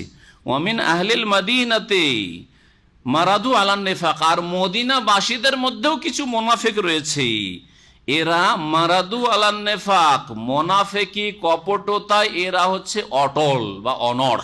মারাদু মারাদা মানে একবারে শক্ত, মুনাফিক এদের পাকা মুনাফিকের আকীদার মুনাফিক। মদিনাতেও কিছু মুনাফিক রয়েছে, আর মদিনার চারপাশেও বেদুইনদের মধ্যেও মুনাফিক রয়েছে। আল্লাহ বলছে লা তা'লামুহুম, হে নবী তুমি তাদেরকে জানো না। কে বলছেন এই কথা? আল্লাহ বলছেন। কাকে বলছেন? নবী মুহাম্মদ রাসূলুল্লাহ সাল্লাল্লাহু আলাইহি ওয়াসাল্লামকে, শেষ নবীকে বলছেন তুমি জানো না তাদেরকে, চেনো না তাদেরকে। নাহনু না'লামুহুম, আমি আল্লাহ ওই মুনাফিকগুলোকে জানি, চিনি, ওই মদিনার মুনাফিকদেরকে চিনি, আর ওই মদিনার চারপাশে যে বেদুইনদের মুনাফিক কপটগুলো রয়েছে সেগুলোকে চিনি। সানওয়াযিবুহুম মাররাতাইন, সুতরাং নিশ্চিত তাদেরকে শাস্তি দেব দ্বিগুণ বা দুইবার করে। মাররাতাইন মানে দুইবার করে, দ্বিগুণ শাস্তি, দুইবার করে। একদল তাফসীরকাররা বলছেন দুনিয়াতেও শাস্তি দেব আর আখিরাতেও শাস্তি, এটা বোঝানো হয়েছে। কিন্তু তারপরে বলা হচ্ছে যে আবার মহাশাস্তির দিকে ফিরানো হবে। সেই জন্য আর একদল বলছেন না, মহাশাস্তির কথা যখন বলা হয়েছে ওটা হচ্ছে আখিরাতের আযাব, আর দুইবার করে আযাব দেব মানে দুনিয়াতেই দুইবার করে বা দ্বিগুণ করে আযাব দেব। কি দুই রকমের আযাব? একটা হচ্ছে যে হত্যা করা, আর বেঁচে গেলে বন্দী করা, আল কাতলু ওয়াস সাবিয়্যু। আল্লাহ পাক রব্বুল আলামিন মুজাহিদদের মাধ্যমে এদেরকে কখনো হয়তো এরা হতাহত হবে, আর না হলে এরা বন্দী হয়ে আসবে, এদেরকে হত্যা করা হবে অথবা বন্দী করা হবে। আবার কেউ কেউ বলছেন যে মুনাফিকদের বিরুদ্ধে যেহেতু অস্ত্রের লড়াই হয়নি, সুতরাং এখানে আযাবের অর্থ হচ্ছে দুনিয়ার লাঞ্ছনা। মুনাফিক লাঞ্ছিত, দুনিয়াতে লাঞ্ছিত না, মুনাফিক দুনিয়াতে লাঞ্ছিত, লাঞ্ছনার আযাব। আর আখিরাতের আযাব হচ্ছে দ্বিতীয় আযাব। আল্লাহু আলাম। সুম্মা ইউরাদ্দুনা ইলা আযাবিল আযীম, অতঃপর তাদেরকে ফিরিয়ে নিয়ে আসা হবে মহাশাস্তির দিকে, অর্থাৎ আখিরাতের জাহান্নামের শাস্তির দিকে। তো মওতের পরে কবরের শাস্তি রয়েছে, বিচার দিবসের শাস্তি রয়েছে, তারপরে মহাশাস্তি জাহান্নামের শাস্তি রয়েছে। এখানে যে বিষয়টি আকীদার একটি গুরুত্বপূর্ণ বিষয় মনে রাখবেন, যে ভারত, বাংলাদেশ, পাকিস্তানের বেরলভীরা বা পীরের তরিকতওয়ালারা একদল বলে, বড় একটি দল, তারা কি বলে যে নবী সাল্লাল্লাহু আলাইহি সাল্লাম আলেমুল গায়ব, নবী সব কিছুই জানেন। এমন ভাষায় তারা বলছে জাররা জাররা মানে অণু পরমাণু সব কিছু সম্পর্কে খবর রাখেন নবী সাল্লাল্লাহু আলাইহি সাল্লাম। নবী করিম সাল্লাল্লাহু আলাইহি ওয়াসাল্লাম দুনিয়ার সব কিছু খবর রাখেন, জান্নাতের খবর রাখেন, জাহান্নামের খবর রাখেন, দুনিয়ার কোথায় কি ঘটছে তার কবর থেকে খবর রাখেন, তার জীবদ্দশায় খবর রাখতেন, আর ইন্তেকালের পরেও খবর রাখেন, সব খবর রাখেন। যার ফলে কোথায় মিলাদ হচ্ছে খবর রাখেন নবী সাল্লাল্লাহু আলাইহি ওয়াসাল্লাম। এই জন্য একটা চেয়ার খালি রাখে বেরেলভিরা, মিলাদ যখন করে একটা খালি চেয়ার সাজিয়ে রাখে, আর কিছুক্ষণ পরে মিলাদ পড়তে পড়তে বলে যে একটু দাঁড়িয়ে যান, কিয়াম করেন, কিয়াম করেন, নবী তশরিফ নিয়েছেন, নবী তশরিফ নিয়েছেন, আপনারা দাঁড়িয়ে যান। জি হ্যাঁ, নবী চলে এসেছেন, কারণ জানতে পেরেছেন যে বাংলাদেশের অমুক জেলার অমুক থানায় অমুক গ্রামে কি হচ্ছে, মিলাদ হচ্ছে, যে নবী যে আলেমুল গায়ব, বোঝা গেছে। আর আগে দল নবীকে আলেমুল গায়ব মানেন না, কিন্তু তাদের বুজরুগানের দিন আবার আলেমুল গায়ব। গাঙ্গুহি সাহেব জানতে পেরে নিলেন, মুহাজির মাক্কি সাহেব জানতে পারলো। দুটো ঘটনা আছে, হাজিরা ভারত থেকে হজ করতে আসছিল, আর জেদ্দা আসার আগে পানি জাহাজে তখন হাজিরা আসতো, জাহাজ ডুবে যাচ্ছে তুফানে। ওই সময় দুটোই ঘটনা দুই সাহেব সম্পর্কে আছে, জানতে পেরে নিলেন, তা আলেমুল গায়ব হলেন না। নবী তো আলেমুল গায়ব না, মোনাফিকদের খবর রাখেন না, অন্তরের খবর রাখেন যে মোনাফিকদের কি হলো। আর ভারত থেকে খবর পেয়ে গেলেন 5000 কিলোমিটার দূর, জিদ্দার কেনারায় 1-2 কিলোমিটার আসলেই কিনারায় লেগে যাবার, ওইখানে জাহাজ ডুবে যাচ্ছে, খবর পেয়ে গেলেন। বুঝলেন না, এ হচ্ছে মুরব্বীদের প্রশংসা করতে গিয়ে শিরিক করা, বড় শিরিক করা।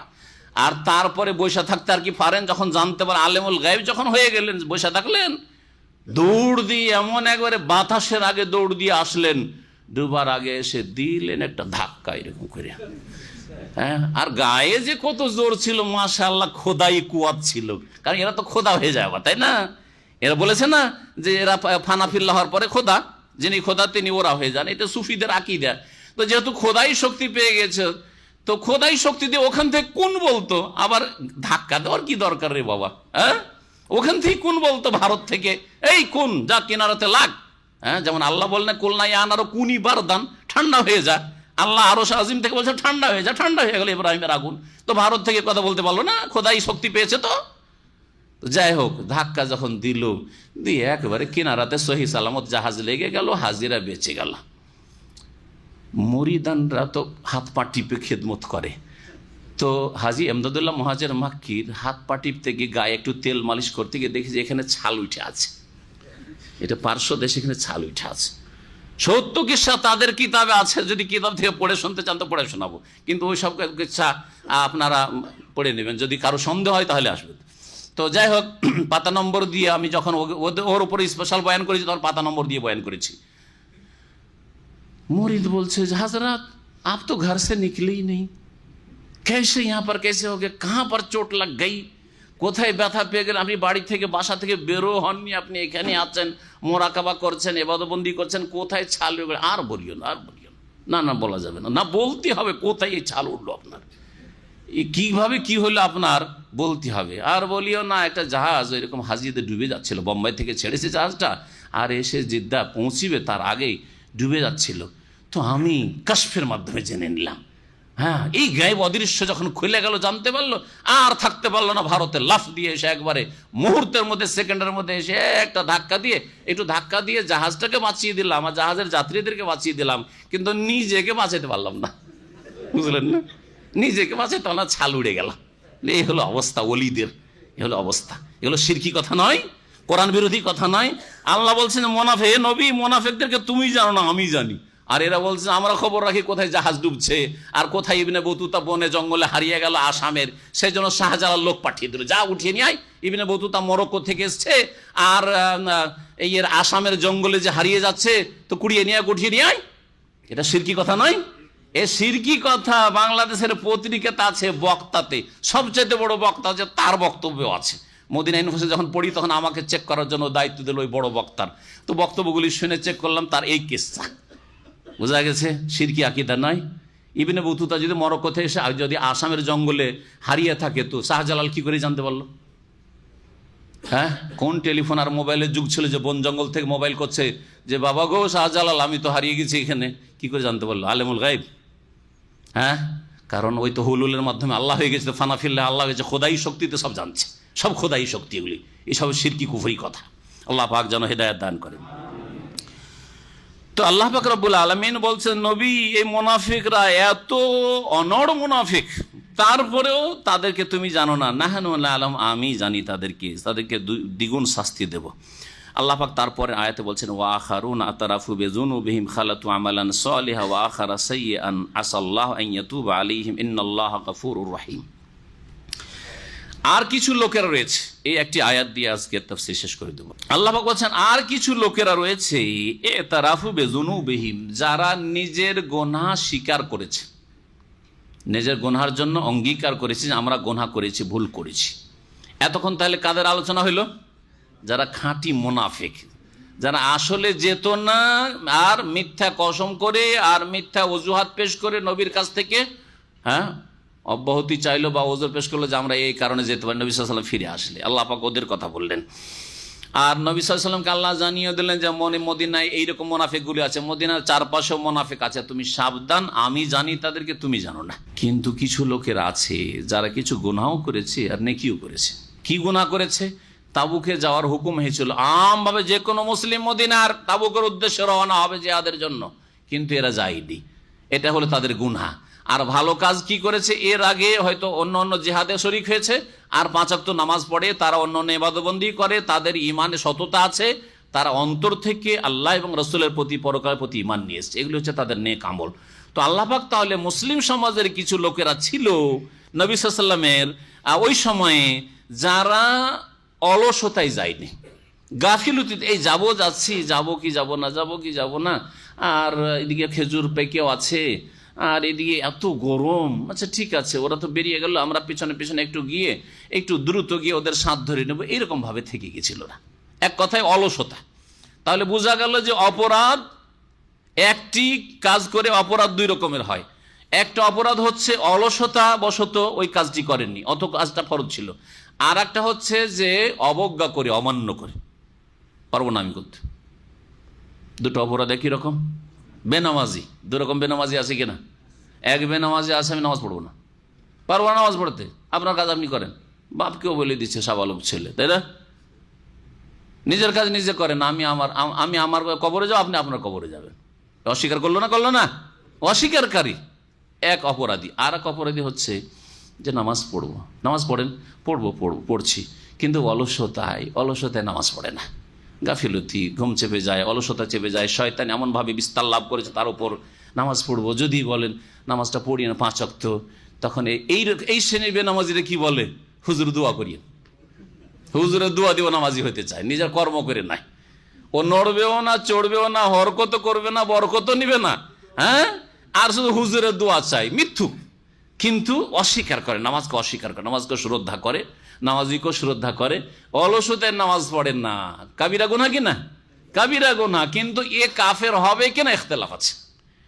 অলসতাবশত নামাজ ছাড়ে, নামাজকে স্বীকার করে, হুজুর দোয়া করবেন আল্লাহ যেন শক্তি দেয়, শয়তান ধরে নিচ্ছে, মাঝে মাঝে মনে করছে নামাজ 5 ওয়াক্ত ধরেই নিব, আবার ছুটে যাচ্ছে। এরা কাফের হবে কিনা, বড় কাফের না ছোট কাফের, ইখতিলাফ রয়েছে। ফাসিক নিঃসন্দেহে, কাবিরা গুনাহকারী, জেনা, চুরি, ডাকাতি, খুন করা চাইতে বড় অপরাধ নামাজ ছাড়া, অলসতাবশত। কিন্তু বড় কাফের হবে কিনা, ইসলামের গণ্ডি থেকে বেরোবে কিনা, ইখতিলাফ রয়েছে। কিন্তু যারা বলে তোমার কাজ তুমি করো, আমাকে বলবে না, যাও খুব মুসল্লি হয়েছো, যাও, এরাও বেনামাজি, কিন্তু এরা কাফের একমত। হানাফি, শাফি, মালিকি, হাম্বলি, মুহাদ্দিসিন সকলে বলছেন এরা মুসলিম নয়, এরা মুসলিম নয়। ভালো করে মনে রাখবেন। আল্লাহ পাক তাহলে ওই সব মুমিনদের কথা বলছেন, তো অনেক নেক আমল ছিল, কিন্তু এই গুনাহ করে ফেলেছে, কাবিরা গুনাহ।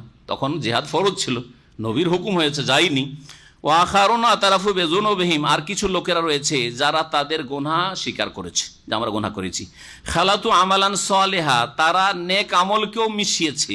ওয়া আখারা সাইয়্যান, আর কিছু গুনাহও মিলিয়েছে, মানে তাদের জিন্দেগিতে নেক আমলও রয়েছে আর কিছু গুনাহরও সংমিশ্রণ রয়েছে। আল্লাহ বলছেন আসাল্লাহু আন ইয়াতুবা আলাইহিম, সম্ভবত আল্লাহ তাদের তওবা কবুল করবেন। ইন্নাল্লাহ গফুরুর রহিম, নিঃসন্দেহে আল্লাহ পাক রব্বুল বড় মার্জনাকারী, বড় দয়াবান। এবং এদের তওবা কবুল হয়েছিল। আর এরা 2 শ্রেণীর লোক ছিল।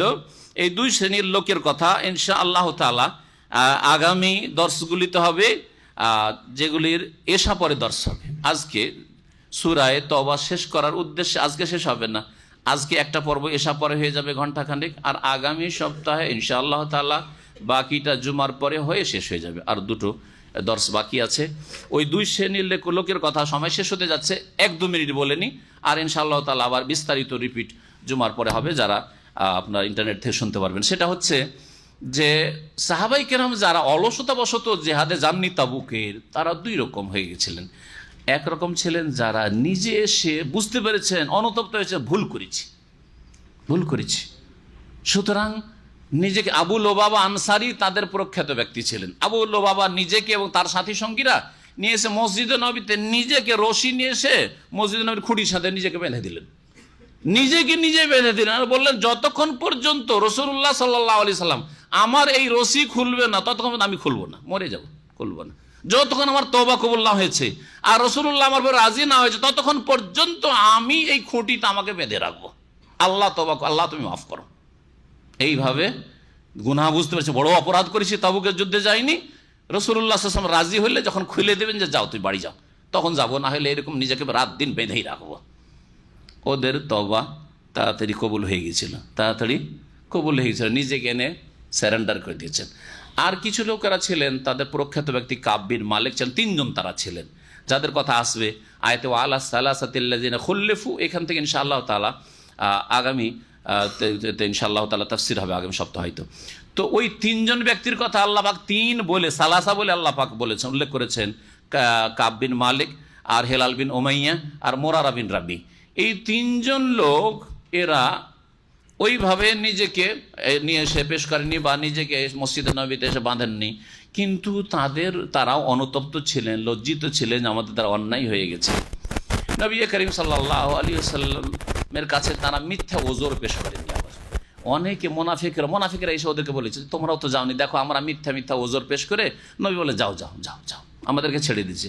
তো কাব বিন মালিককে এসে, আর ওর যে 2 সাথী ছিল, ওদেরকে মোনাফিকরা যারা মদিনায় ছিল বলে তোমরাও গিয়ে বলে দাও না যে আমার এই অসুবিধে ছিল, আমি অসুস্থ ছিলাম, আমার ছেলেটা অসুস্থ ছিল, কিছু একটা বাহানা করো গিয়ে, তো নবী মাফ করে দিবেন। মোনাফিকদের মতো বলছেন না, আমি মিথ্যা কথা বলবো না, আমার কেউ অসুখও ছিল না, আর কোনো অসুবিধা ছিল না, এই যাচ্ছি, আর তারপরে সাঁত ধরে নেব। তারপরে যখন চলে গেল, চিন্তা করলাম যে এত দূরের রাস্তা, ওরা অনেক এগিয়ে চলে গেছে, এখন ধরতেও পারবো না ওদেরকে, যে যাক থেকেই যাই তাহলে।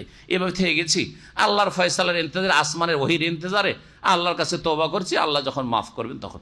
50 দিন পরে তাদের তওবা কবুল হয়েছিল। আর সহিহ বুখারীতে লম্বা হাদিস রয়েছে, ওই হাদিসটি ইনশাআল্লাহ তাআলা আগামী সপ্তাহে শোনাবো। একটা হাদিস হয়তো 1-1.5 ঘন্টাতে শেষ করা যাবে, এত লম্বা হাদিস রয়েছে তাদের তওবার ঘটনা।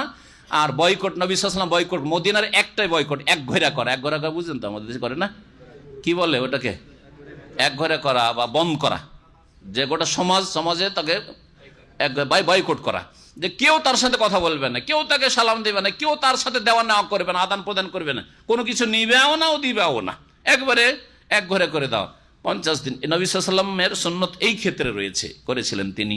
তারপরে তাদের তওবা কবুল হয়েছিল। ওদের কথাও এই সূরাতে রয়েছে, সুন্দর ঘটনা। ইনশাআল্লাহ তাআলা আগামী সপ্তাহে সেগুলি আলোচনাতে আসবে। ওয়া সাল্লাল্লাহু আলা নবিয়িনা মুহাম্মদ ওয়া আলা আলিহি ওয়া সাহবিহি আজমাইন।